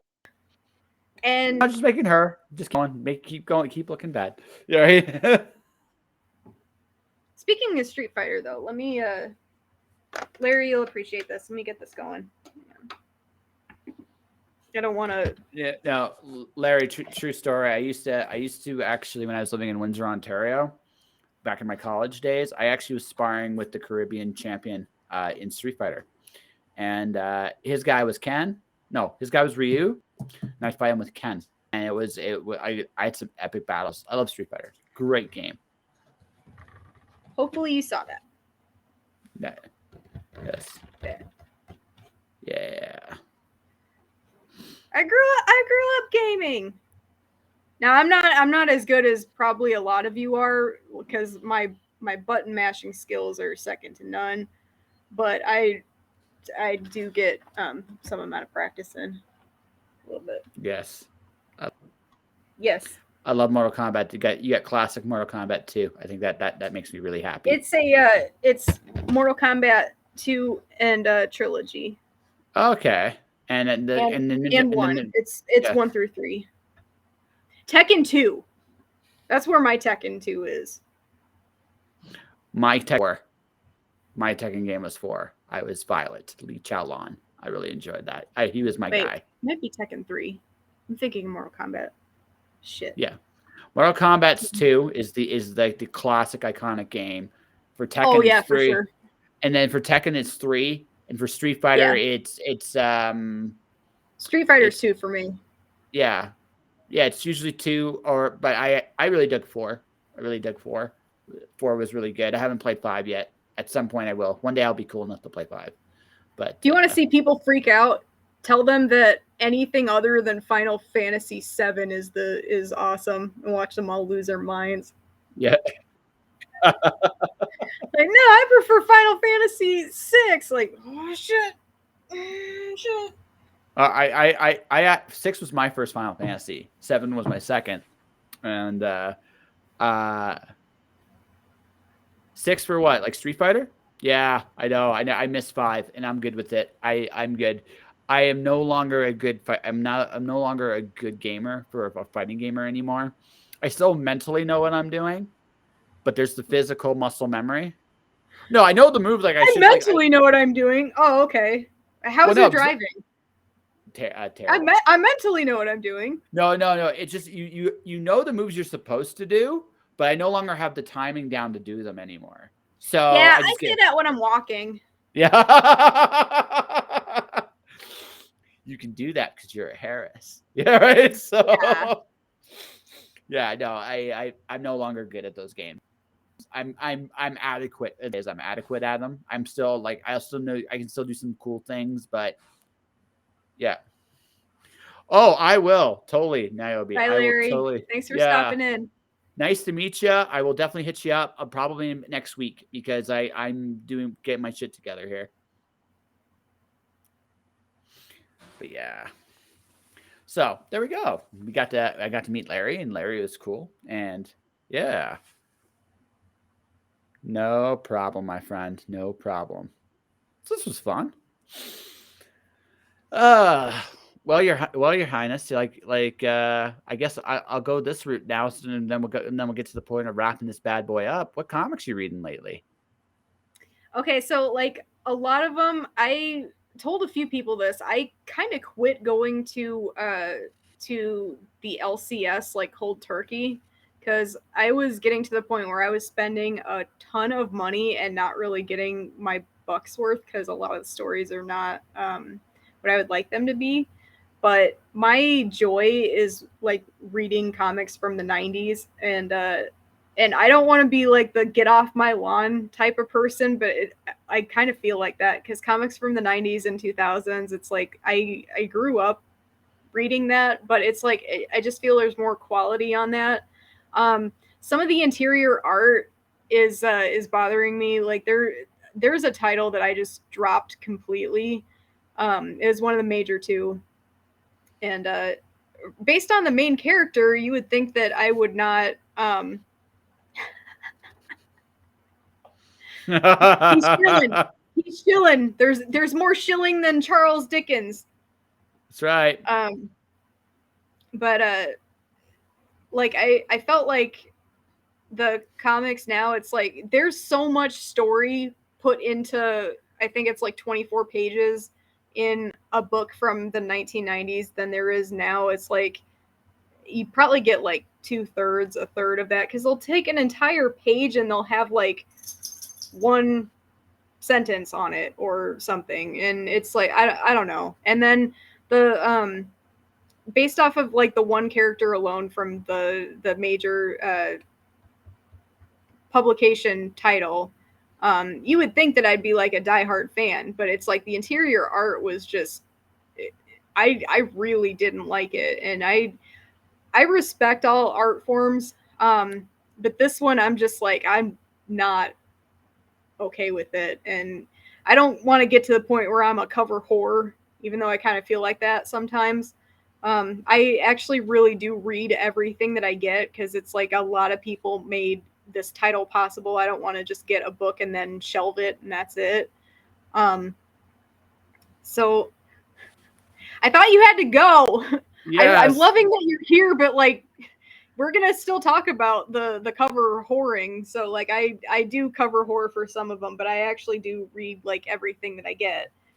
So some of them it's like you can tell that there's people that spend a lot of time on their comics, which are Kickstarters and people that you can tell are trying very very hard because it's their entire dream is going into these comics, and then some of them it's like they're totally phoning it in, and I don't appreciate that. So it just really sucks because I'm like, man, if this is your dream and this is what you're telling me that you came up with, I'm like, don't bullshit a bullshitter. Like, I know you're fucking with me. Like, this was an excuse to get a cover artist that you really like to put on your book and just like, look at, I got somebody's money. It's like, no, So this book sucks. for my LCS, I currently am collecting 5 books. That's it. Teenage Mutant Ninja Turtles, because I am that Last person. Ronin. Yes, that too. I was gonna say, yeah, like everybody's on Last Ronin. Yeah, no, I see. I've been collecting that Ninja Turtles run since it started way back a few years back. So I've been getting everything. So I'm just enjoying the ride, and I get something like Last Ronin. It's like, okay, that's cool. That's a bonus. I actually enjoy the main book too, even though Sophie's run is different than Tom. Man, what's his last name? It's not Tom Holtz. Yeah, Holtz he did the first 100. He's doing Last Ronin, right? So, like I've enjoyed Turtles run. It's been my favorite run. It's probably the best in my opinion superhero book month in month out every month. Saga, because it's back. Finally, I'm gonna read the end of this stupid story. I'm gonna get the end finally. I've got I read Green Lantern. Hey Jag, this is Jag Tress, right? What's up, Jag Tress? This is December Lace. She is a former professional wrestler, a writer in her own right, and she does and she helps promote other people's comics. And a comic deviant, from what I'm hearing. Yeah. Right, a cover, right? So that's right. So Jag is one of my beta actually. Jag has good taste. Yes. Yeah. Oh, cool. Right. I really got to get on that. Like I'm kind of I gotta like watch all of a show at one time. Yeah, I'm at that point too. I finally saw the first I finally saw the first episode of Peacemaker. Oh yeah. Finally saw that was so wrong on so many levels. Actually, I'll tell you the only thing I didn't like about the first episode. There's only one thing I didn't like about it. Yeah. Oh, The Rock is very charismatic, very very cool. But I want to see the one with the Sheik because I saw a hook for it, like a commercial, and from what I saw, I'm like, that's not true. The Sheik cusses more than that. Yeah, quite a bit more than that, actually. Yeah. I actually once had a dream I would have lunch with The Rock someday. I don't know if that ever is going to happen, but one day I actually keep working toward it. It probably will. As long as you think it'll happen, it will. That's how your thoughts work. Oh yeah, exactly. Your brain is like a ship in the sea. You gotta give it coordinates, and then that'll happen. Oh no, I really admire The Rock for and well. So actually, I'll tell you my Rock story. So when he was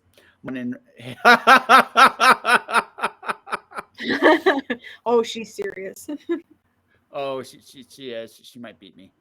Right. We've met in person, so she actually we actually do talk from time to time, and like I said, she reads my books, so sometimes she tears me a new one there too, and for the best of reasons. But the thing about it is, when he translated from Hollywood from when in 2003 when he was at Translate, I admired him for it because he went from a big dream to an even bigger dream, and I always thought that was inspiring. I personally cannot wait to Black Adam. I think he's going to be a really, really good Black Dude, Adam. he's gonna be awesome. I'm Yeah, excited for that. that might be like I actually enjoyed Shazam. Like I think Shazam is a fun little movie. I cannot wait to see what they do because Black Adam is awesome. Like just awesome. Did you read the I don't know if you got to see it, but there's a like an oversized book by Alex Ross that he does all the Justice League people, and his art of Black Adam is awesome. So if you get Yeah. to see it, it's pretty tight. Yeah, I don't own it, but I've seen it. Like I love. Yeah. So you talk about 90s. One of my favorite books from the 90s was Barry Windsor Smith's Storyteller. These giant ass comics, like the old school. They were amazing, but we had nowhere to put them. It made me so sad because they were these big ass Smiths at his best, doing all the shit he loved. It was just like it was one of those giant books like Alice Ross's was. It was just like, yeah. I love that. I love that format of comic. I just wished it was easier to put them away because I almost feel like like that's the problem with them. It's the only problem. They'd be more popular if there was an easier way to store them. They really would be because I love that format. So, but it's so rare to come. Let me think here. Since you were talking 80s, 90s comics, my favorite 90s run. I'd say for me, my favorite 90s run overall was early 90s, the Green Lantern stuff.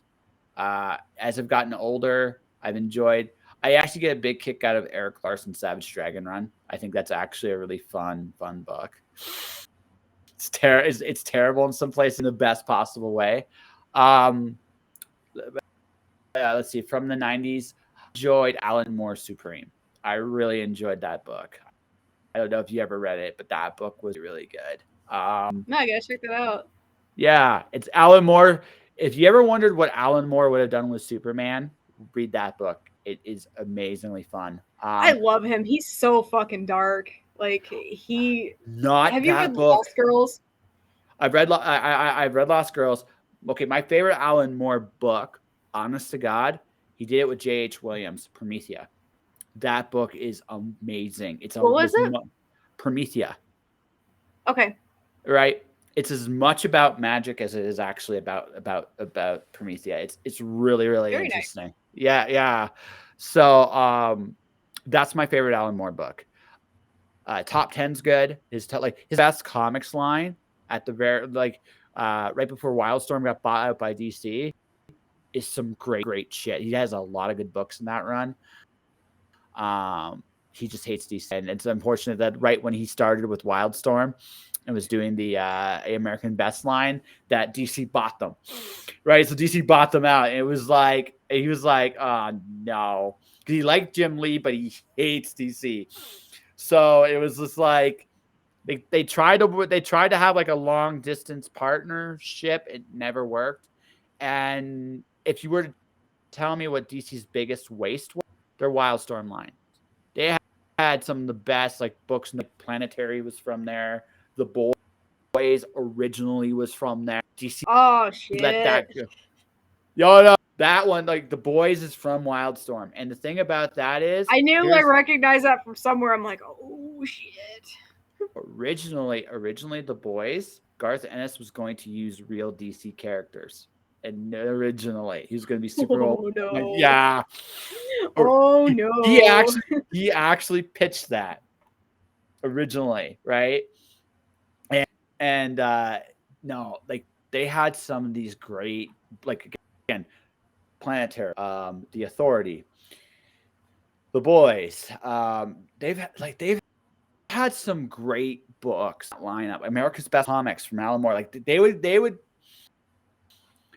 be like the crappy place for a couple years. they would find a hit, and somehow, some way, DC would fuck it up. Somehow, some way. They tend to do that, don't they? Yeah.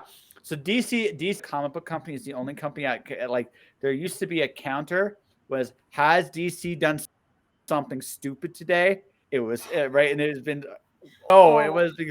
Oh, because sometimes one day it was so bad they actually showed a broken counter. They screwed up 4 ways in the same day. It's like, oh yeah, no, it was.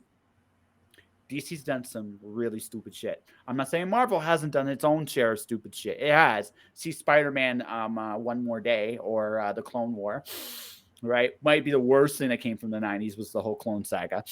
So, but I digress. Like I said, again, 90s stuff. I remember the 90s stuff. My era of December is the late 80s, early 90s. That's my favorite era of comics.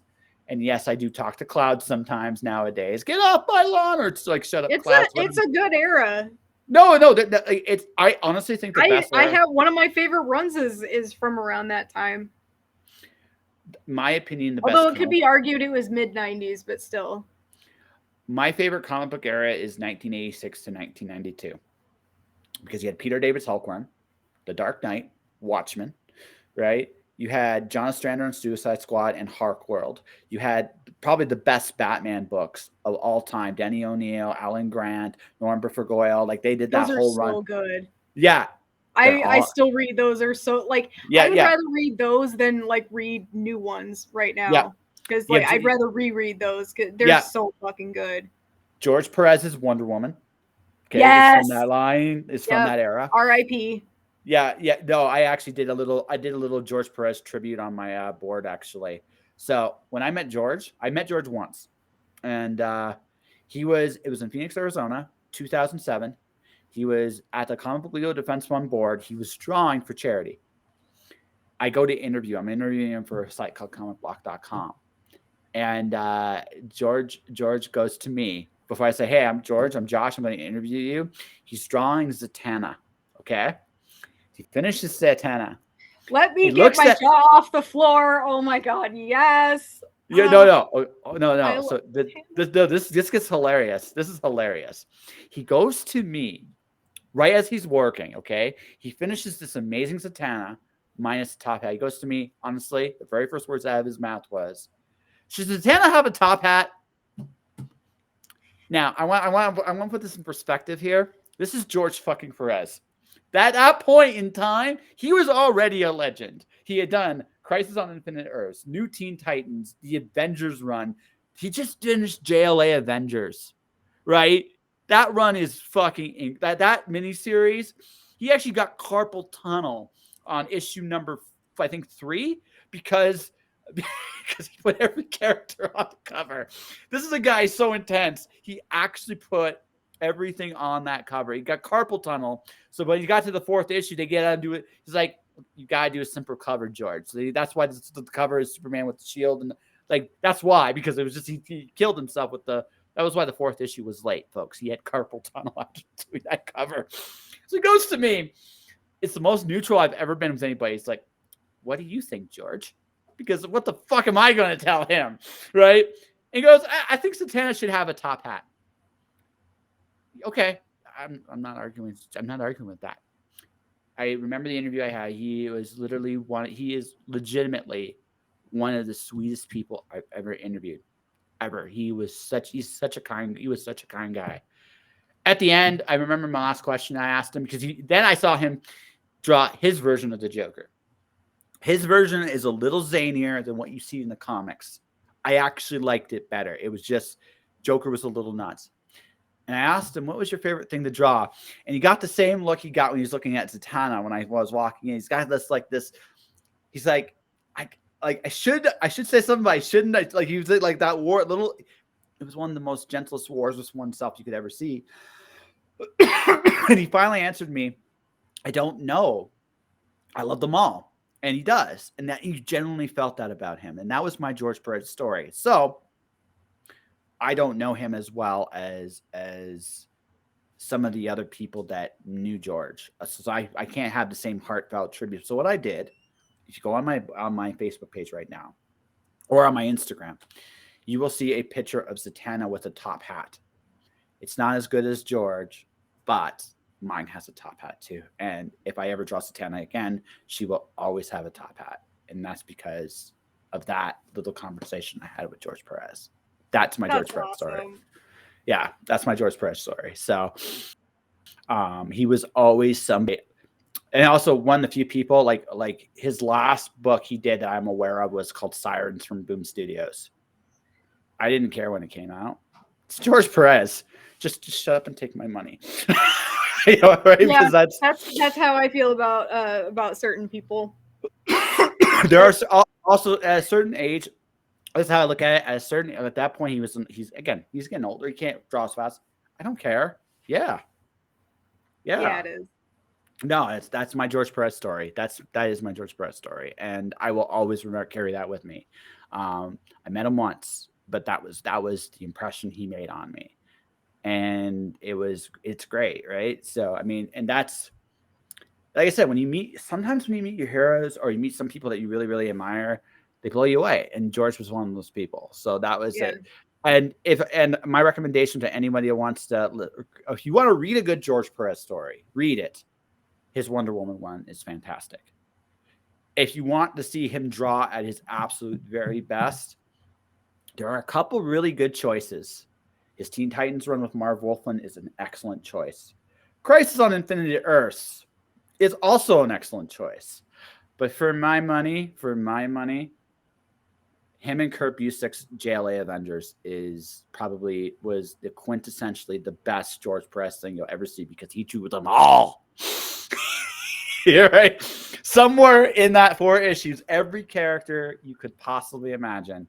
That's my favorite George Perez book by far is JLA Avengers. But my second choice is his Teen Titans run with Marv Wolfman because that shit was damn good too. So my opinion. Anybody else can have their own, but that's mine. Yeah,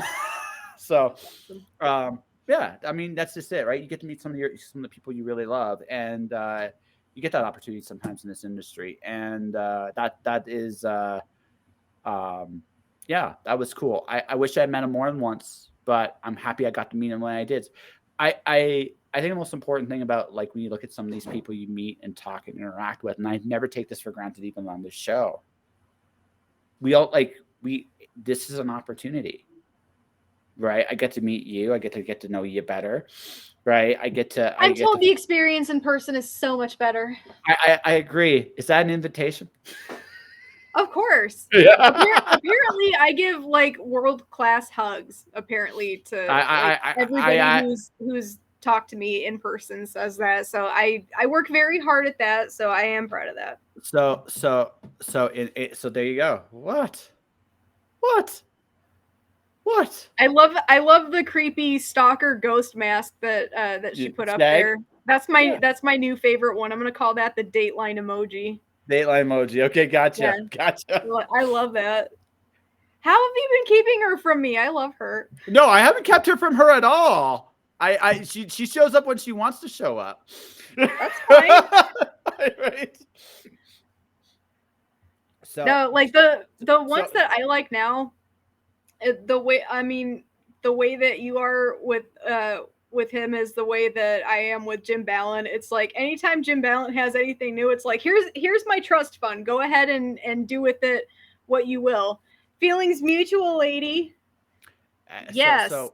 But anytime Jim Balent has anything, I'm just like, yep, sign me up. Don't care. Which, by the way, he is taking pre-orders for issue 134 on JimBalentStudios.com for Tara Witch of the Black Rose.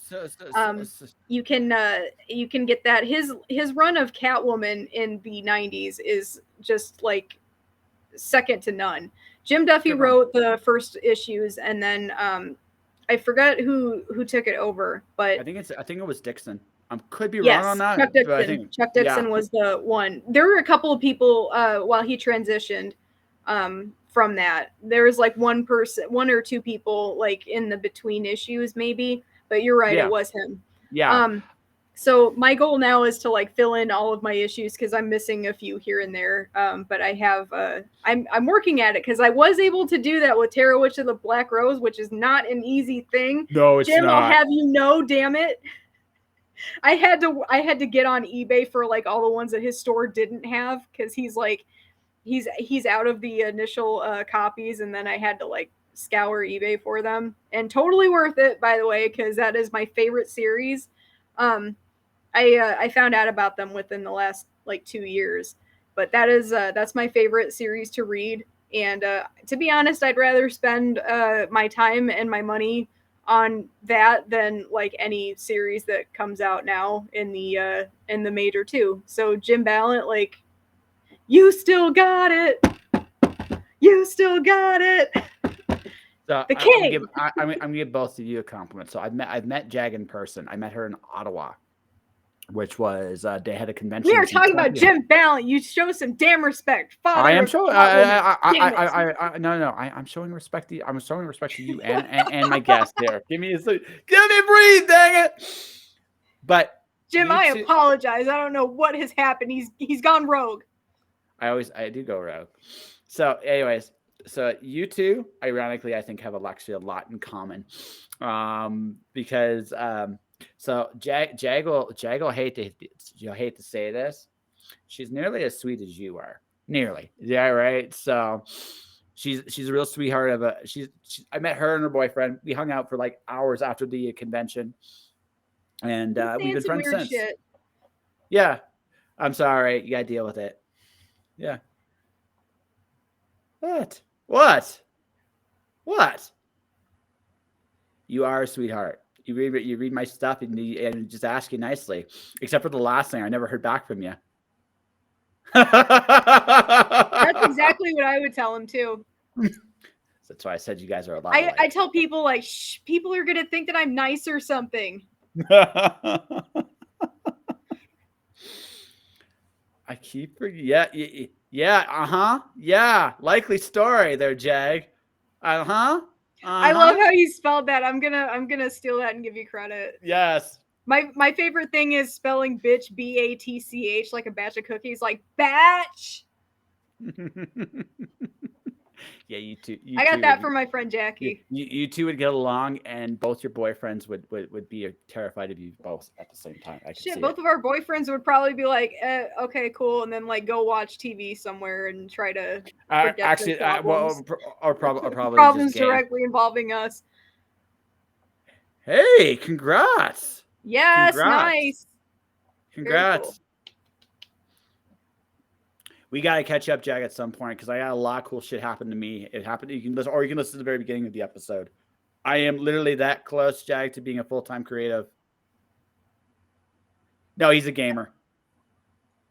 Oh, so's Brian. He's usually on Call of Duty every night, and I'll just hear yelling from the other room. Yeah. How do you not see it? He's right there. Combat. Yeah. Like I told him I was reading like a really profound moment because I was finishing up Elvira's autobiography, and she was talking about like the moment in her life where she felt like she belonged, and then all of a sudden I just hear, "I'm gonna teabag this guy." Ryan. I think that's hilarious. That is absolutely hilarious. So, real along those lines. It might not have been that. Yeah, because then he'll come on here and be like, "I didn't say that." It was like, "How do you not see him?" I have a meme that I want you to send her. I'm sending it to you right now. Okay. This is hilarious.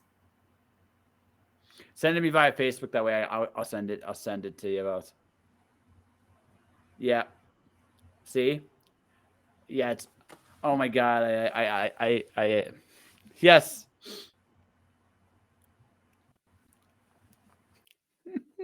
It's you'll enjoy it for sure. If I can find it. I mean, in the meantime, Josh can go back to discussing his future plans during the interview that we're having. Yeah, something like that. No, So I guess to catch you up, Jag, I mentioned this at the beginning of the show. I'm working for actually an author in the marketing capacity now, like full time. Well, no, it's all right. Let's say it. Full time client, part time hours.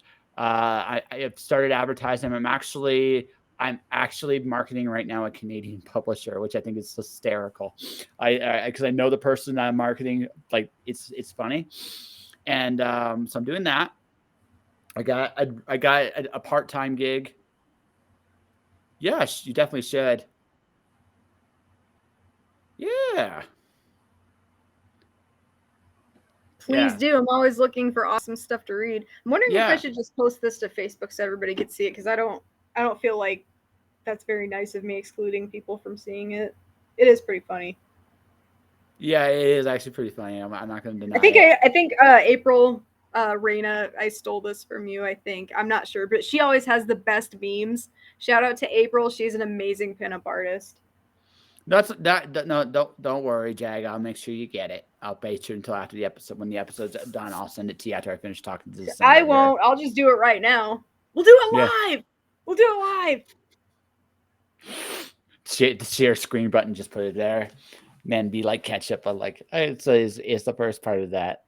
I was reading it. Did you I see the was whole reading it. thing? Yes. Yeah. Yes. Here, I'm putting people. I'm putting it up so that you all can see it. Yes. It's so it's not untrue. It's not untrue. I told him that too, and he's like, "No, it isn't." It can be. If we're not interested in something, we miss the obvious. Sometimes, very much the obvious.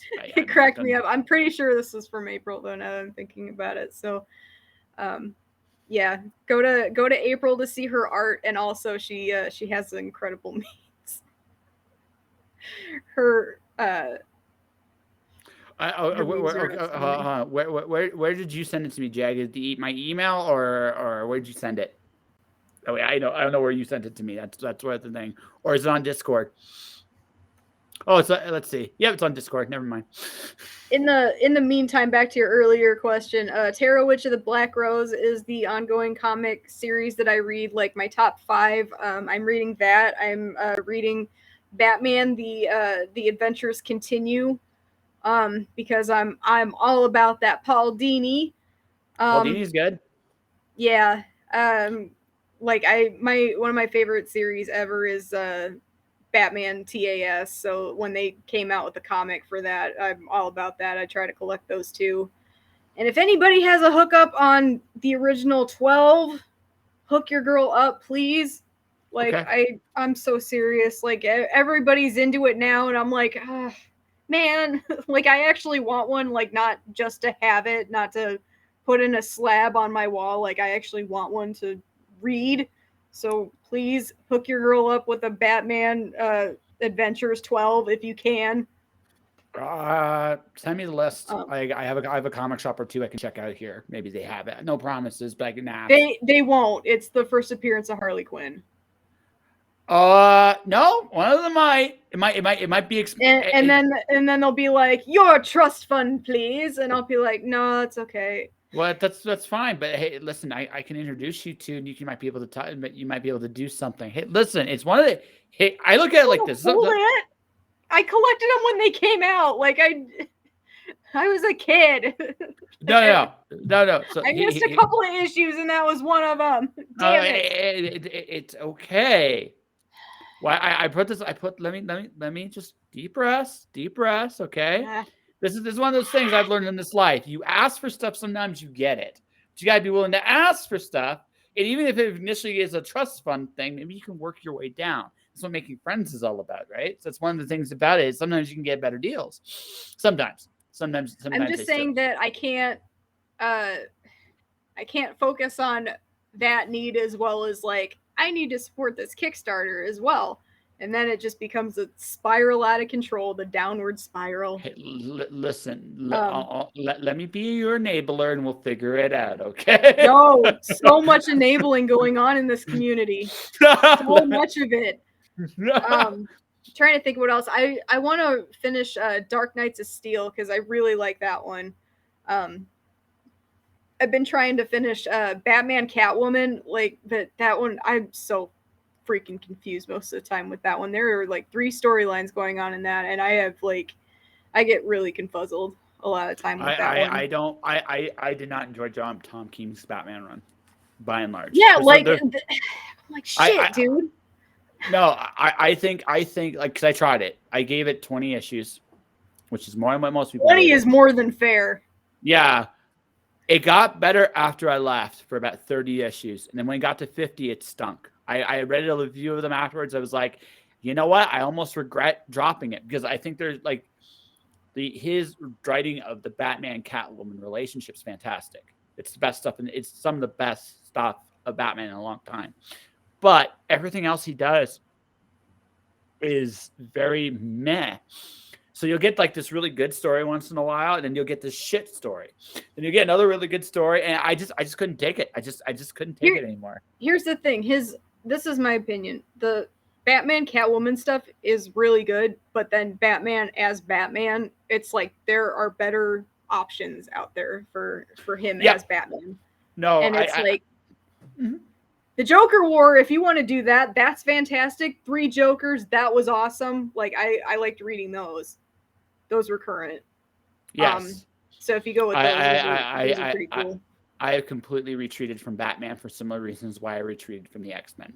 It's too many books. I don't want. Yeah, I don't want to. Same. I can't keep up. And like every time they're like key issue. Every issue is not a key issue. That's what makes them not key issues. So quit with telling me that. Like that, I'm not doing it. I just won't touch Batman. I like one and done stories. I just won't. So that's why I don't. My favorite Batman book of all time is Batman and Robin. Right. Definitely not the movie though. Not the movie. No. I'm talking the Grant Morrison when Nightwing was Batman and Damian was Robin. I think that was great. That stuff was awesome. And then when Pete Tomasi took over, when it was Bruce's Batman, Damian as Robin, it was even better. It was really, really just good stuff. And it was probably the last really good. Some people will say Scott Snyder's Batman run was great. I think the first 12 issues are great. But if you want to look at the full totality of a run, I think that Batman and Robin book was better. Just my opinion. You know what? I like it a lot. It's not my. There's nothing wrong with it. So I don't want it to sound like there is. My favorite so far is Hush. That's fine. I can see why you'd like that. Oh yeah, it's good. I just like for me, this is the only difference. Hush was 12 issues. It was a great run. It was an awesome run, but just 12. I look at the Batman and Robin stuff, like that went for about 30 issues. That was just great. I go by length of time, but for 12 issues, Hush was pretty damn good. I'm not gonna lie. It was really, really good for 12 issues. The only thing I didn't like about it was the ending, but I liked everything else about it. I think it was really, really. I like the ending a lot. I liked everything, but him backing away from Catwoman at the end. I didn't actually enjoy that. That's what I like about it, though. Yeah, my favorite part of that was the Riddler reveal. That was interesting. That was actually cool. Yeah, the Riddler reveal was really fun. No, you know what I also like though is No Man's Land. I'm 50-50 on it. Well, now why is that? Like that's interesting. Because it came off okay. Because Alan Grant, Brufordle, Denny O'Neil, that was the end of their run and the start of it was Cataclysm that started it. I felt like as a concept, it was really cool. But I also think from a character, this is my take, Greg Rucka. He's great at plots. He's actually a really good plot guy. He's not a great character writer, but he's great at plot. Like he can tell a good yarn, and he's great at that. But his characters are very, very similar. And that's just my opinion. And I thought to me that his Batman run, he had to follow some giant shoes. And I think there are pieces of it of No Man's Land I really like. I love it when Lex Luthor came to town. I love my favorite thing in the whole thing was actually Bane and Batman's interactions during that. Those were some cool. They didn't fight, ladies and gentlemen, but the fact that how they conducted themselves around each other was super cool. I thought that was a really cool evolution of their relationship. And I think some of the ideas behind No Man's Land are really good. But I think for all of that, some of the character moments and stuff like that, I'm 50-50 on them. Some of them I like, some of them I didn't. And it was that's just for me. But as an idea, it probably was the boldest thing in a long time for Gotham.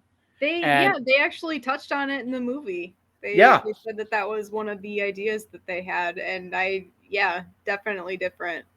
Yeah, no, that's where I will give lots of props for it. It was they needed a break. I mean, this is also part of me, and I'm being very honest and biased here.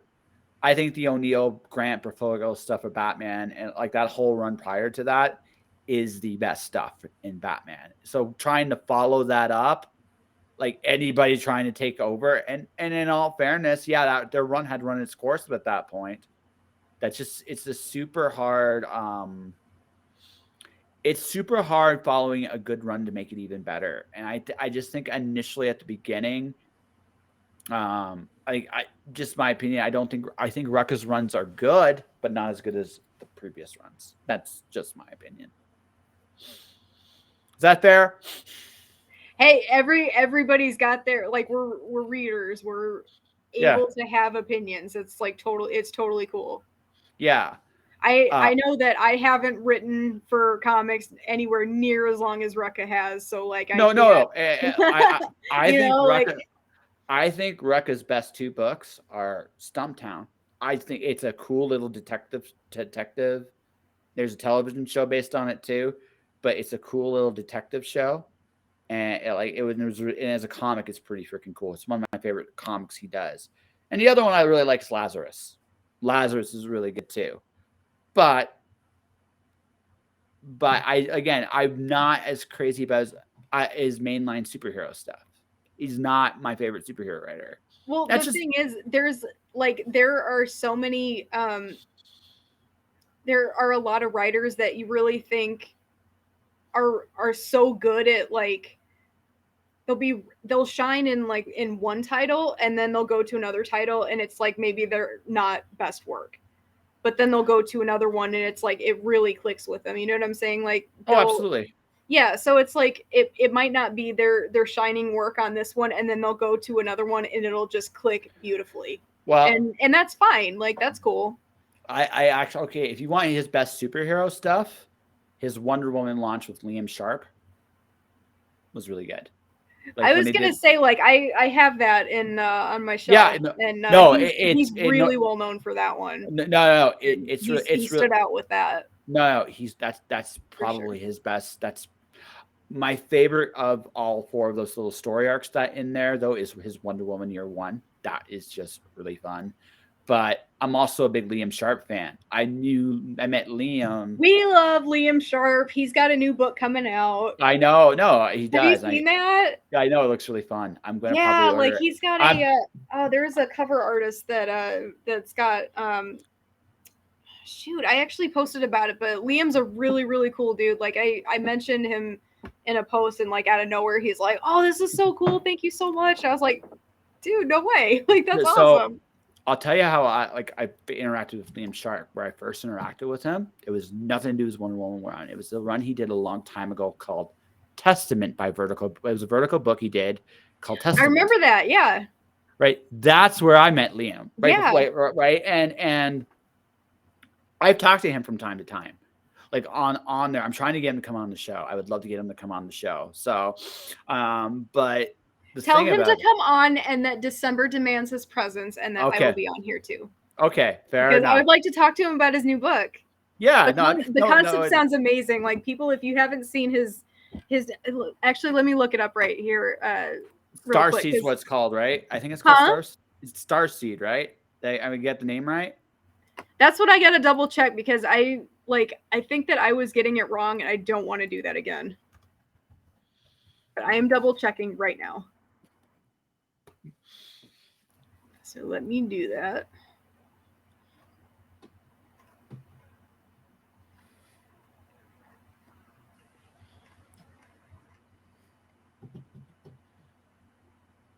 Starhenge. Starhenge. Yeah. Yep. No, that sounds right. That sounds exactly what it was. No, he is a sweet guy. Like he's a really, really sweet guy. So I actually also enjoyed Liam Sharp's Batman, Wonder Woman, Brave and the Bold. That book is sweet. That book is super, super sweet. But yeah, no, I like that's in my opinion, that's Rucka's best stuff, superhero wise, right? And as far as Liam Sharp goes, I actually the other run he just did a Green Lantern run with Grant Morrison, so I really dug that. Although it was literally them just having fun with the Silver Age era of Green Lantern. It was fun. It was super, super fun. So to watch those two just rock out. But anywho. I'm looking at it. It's coming out from Image Comics in July. Mm-hmm. I remember the cover. I can't remember the artist that did it though. Like he's got a ton of variants on this, so there are at least 8 of them. Yep. Yeah, Mr. Yeah, we've been friends for. Cute. If anybody is looking for more info on it, Bleeding Cool did an article about it. Mm-hmm. Or go to previews right now. Your local previews. It's literally it's on the front cover. So, it was his birthday not too long ago. I gotta go wish him a happy birthday at some point. No, he's worked very hard for his success. I'm really happy for him because he doesn't. Yeah, it's time travel and Merlin and killer robots, and it's an article on Images. Here's an article on Images' little book right here. You can go in if you want to read it for folks. That is it right there. Yeah, I read the concept and I was so in. I'm like, that sounds so cool. Yep. Yeah. Ryan Brown. That was Ryan the cover. Yeah, that was the cover that I saw, and I was like, "Oh my god!" Like, I'm a huge Ryan Brown fan, and a lot of you may know him from his. He just did this grotesque cover for Joker, and it was just this really disgusting picture of him and corpses of Batman and Robin and Batgirl, and he like just drew smiles on their faces, and they were on a couch just sitting there like staring off into the darkness, and Joker's just sitting there with his arms around him and like posing. It was so sick, and I was like, that is messed up, and I love it. And yeah, Ryan Brown is fantastic. So like I've been following him for like to see what he's up to, and he does this like absolutely stunning cover for it, and like his work stands out. So if you see him, you'll be able to tell right away. It's like, oh yeah, that's a Ryan Brown. Yeah, Ryan, we love you. You're in Ireland, and you need to come to the States so that I can see you. I have like a stack of your covers. I love your work. I would love to meet you. And he's always cool to me whenever I give him a shout out online too. So that's awesome. Yeah. I appreciate it. I looked at that cover list. That's a tough call because Liam's got some covers there too. I know, right? Like I just was kind of figuring. Then there's Christian, and then there's Christian Ward and Ben Temple-Smith, and it's just like, okay, that I can't lose, but I'm not sure which one I'm going to take because I'm not like getting this them entire lineup is sick. Like you have an awesome storyline going, and then the art for it. Like this is one that you can tell that this is going to be a treat. So I am so excited about this one. Yeah, it looks fun. And I actually have to go to my LCS now because of it. And I'm like, man, it's right. Like that's pretty bad. If I'm actually like, I actually have to go to my LCS. That's pretty bad. That's pretty good. I do love going for the independents though, because Perillo has these like incredible covers for Dynamite, and I am addicted to those because I am all about the Perillos. My favorite cover artist for Dynamite right now is Colette Turner. I love her. She's awesome. She's also one of the sweetest people you ever meet. She's super sweet. That's good to hear. her significant other is one of my favorite personalities. Like he is my nickname for him is Blue Steel. So so that's my nickname for him. That's my nickname for him. So he is hilarious in like the best way, and he also has literally the best William Shatner story you'll ever hear. Oh, I need to hear this now. Yeah, I'm not telling you. You got to meet him. That's his story to tell. But Awesome. yeah. But on that note, Miss December, I think I would love to keep chatting with you, and I really feel like we've come to a really cool place. And like I said, you and Jag have a lot in common, and whether you got a ninjas or not, you're both sweet. Deal with it. But before we wrap up, so what do you have coming out for you? Like I saw, like I've seen some. I've been watching you post some pictures lately. I think you muted yourself. I didn't hear you. You muted yourself. What'd you do? Oh, I fixed it. It's all right. Okay. I hear you. Yeah. What was your question? My question was, what are you working on right now? We're wrapping up because unfortunately, I have to go. Okay. But before I go, what are you working on? What are you working? So right now, the campaign for Sapphire Spectre #3 is wrapped up. However, if you contact JT Malloy, as soon as he gets the Kickstarter orders fulfilled, I do have a cover on that. And I also have a print. So if there are any extras, he might be able to hook you up. So just pay attention to that. That's my latest cover that came out. I also had a cover come out from Alton Simpson, the Vampires of New Jersey #8. Same situation, it just wrapped up, but pay attention because there might be some extras that you can order from him. I would love to see my people get some traffic their way.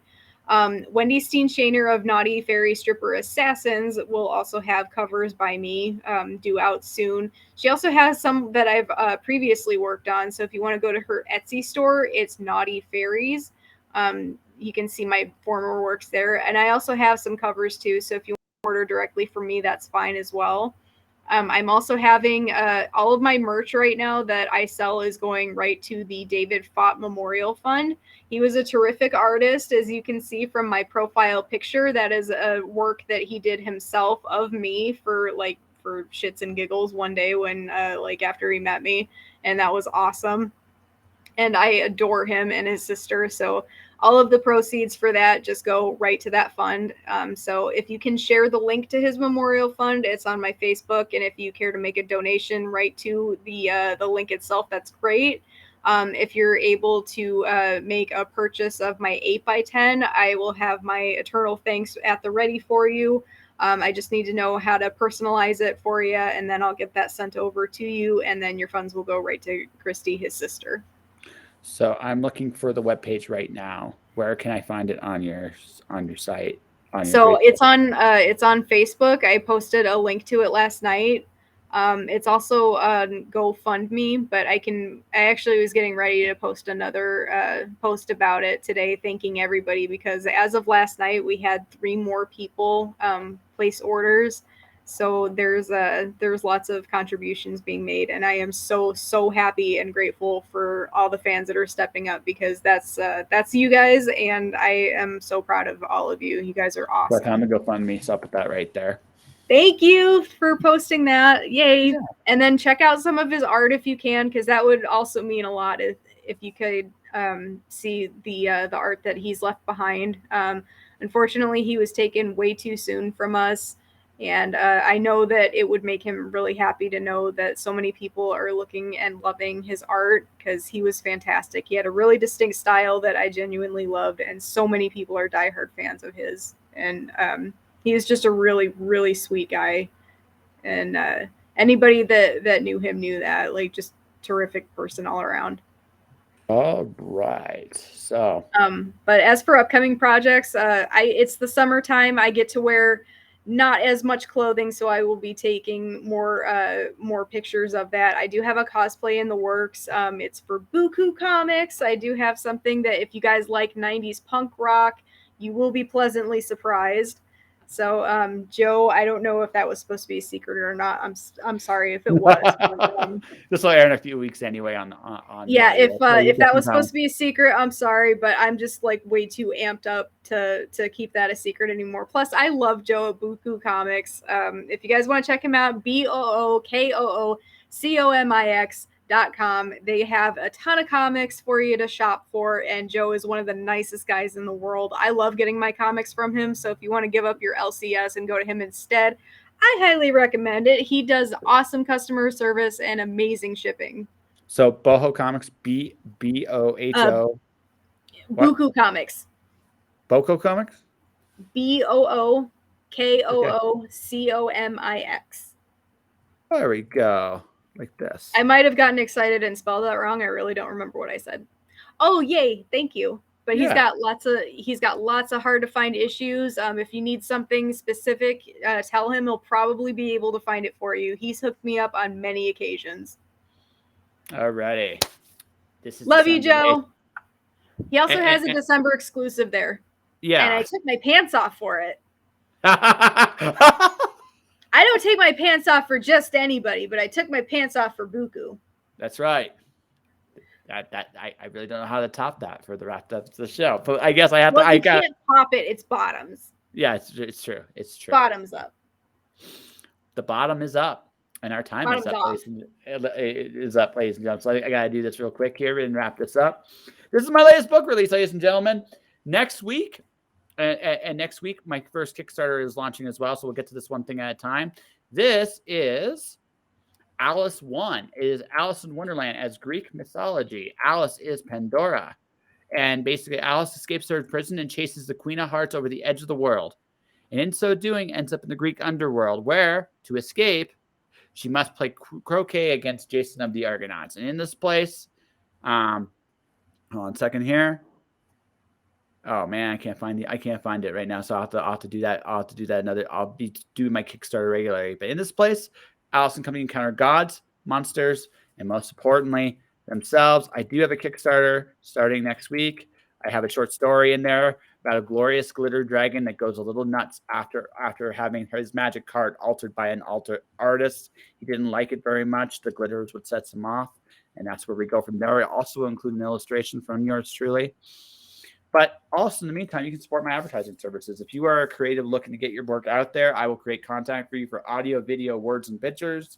You can go check that out right now at jpantelaresco@wordpress.com/advertising services. It's going to get its own webpage very soon once I figure out my moving situation. I swear.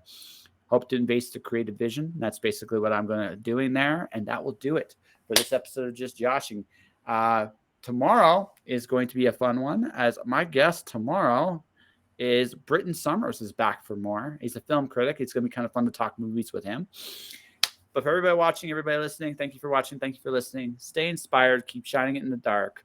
And I'll see you guys tomorrow.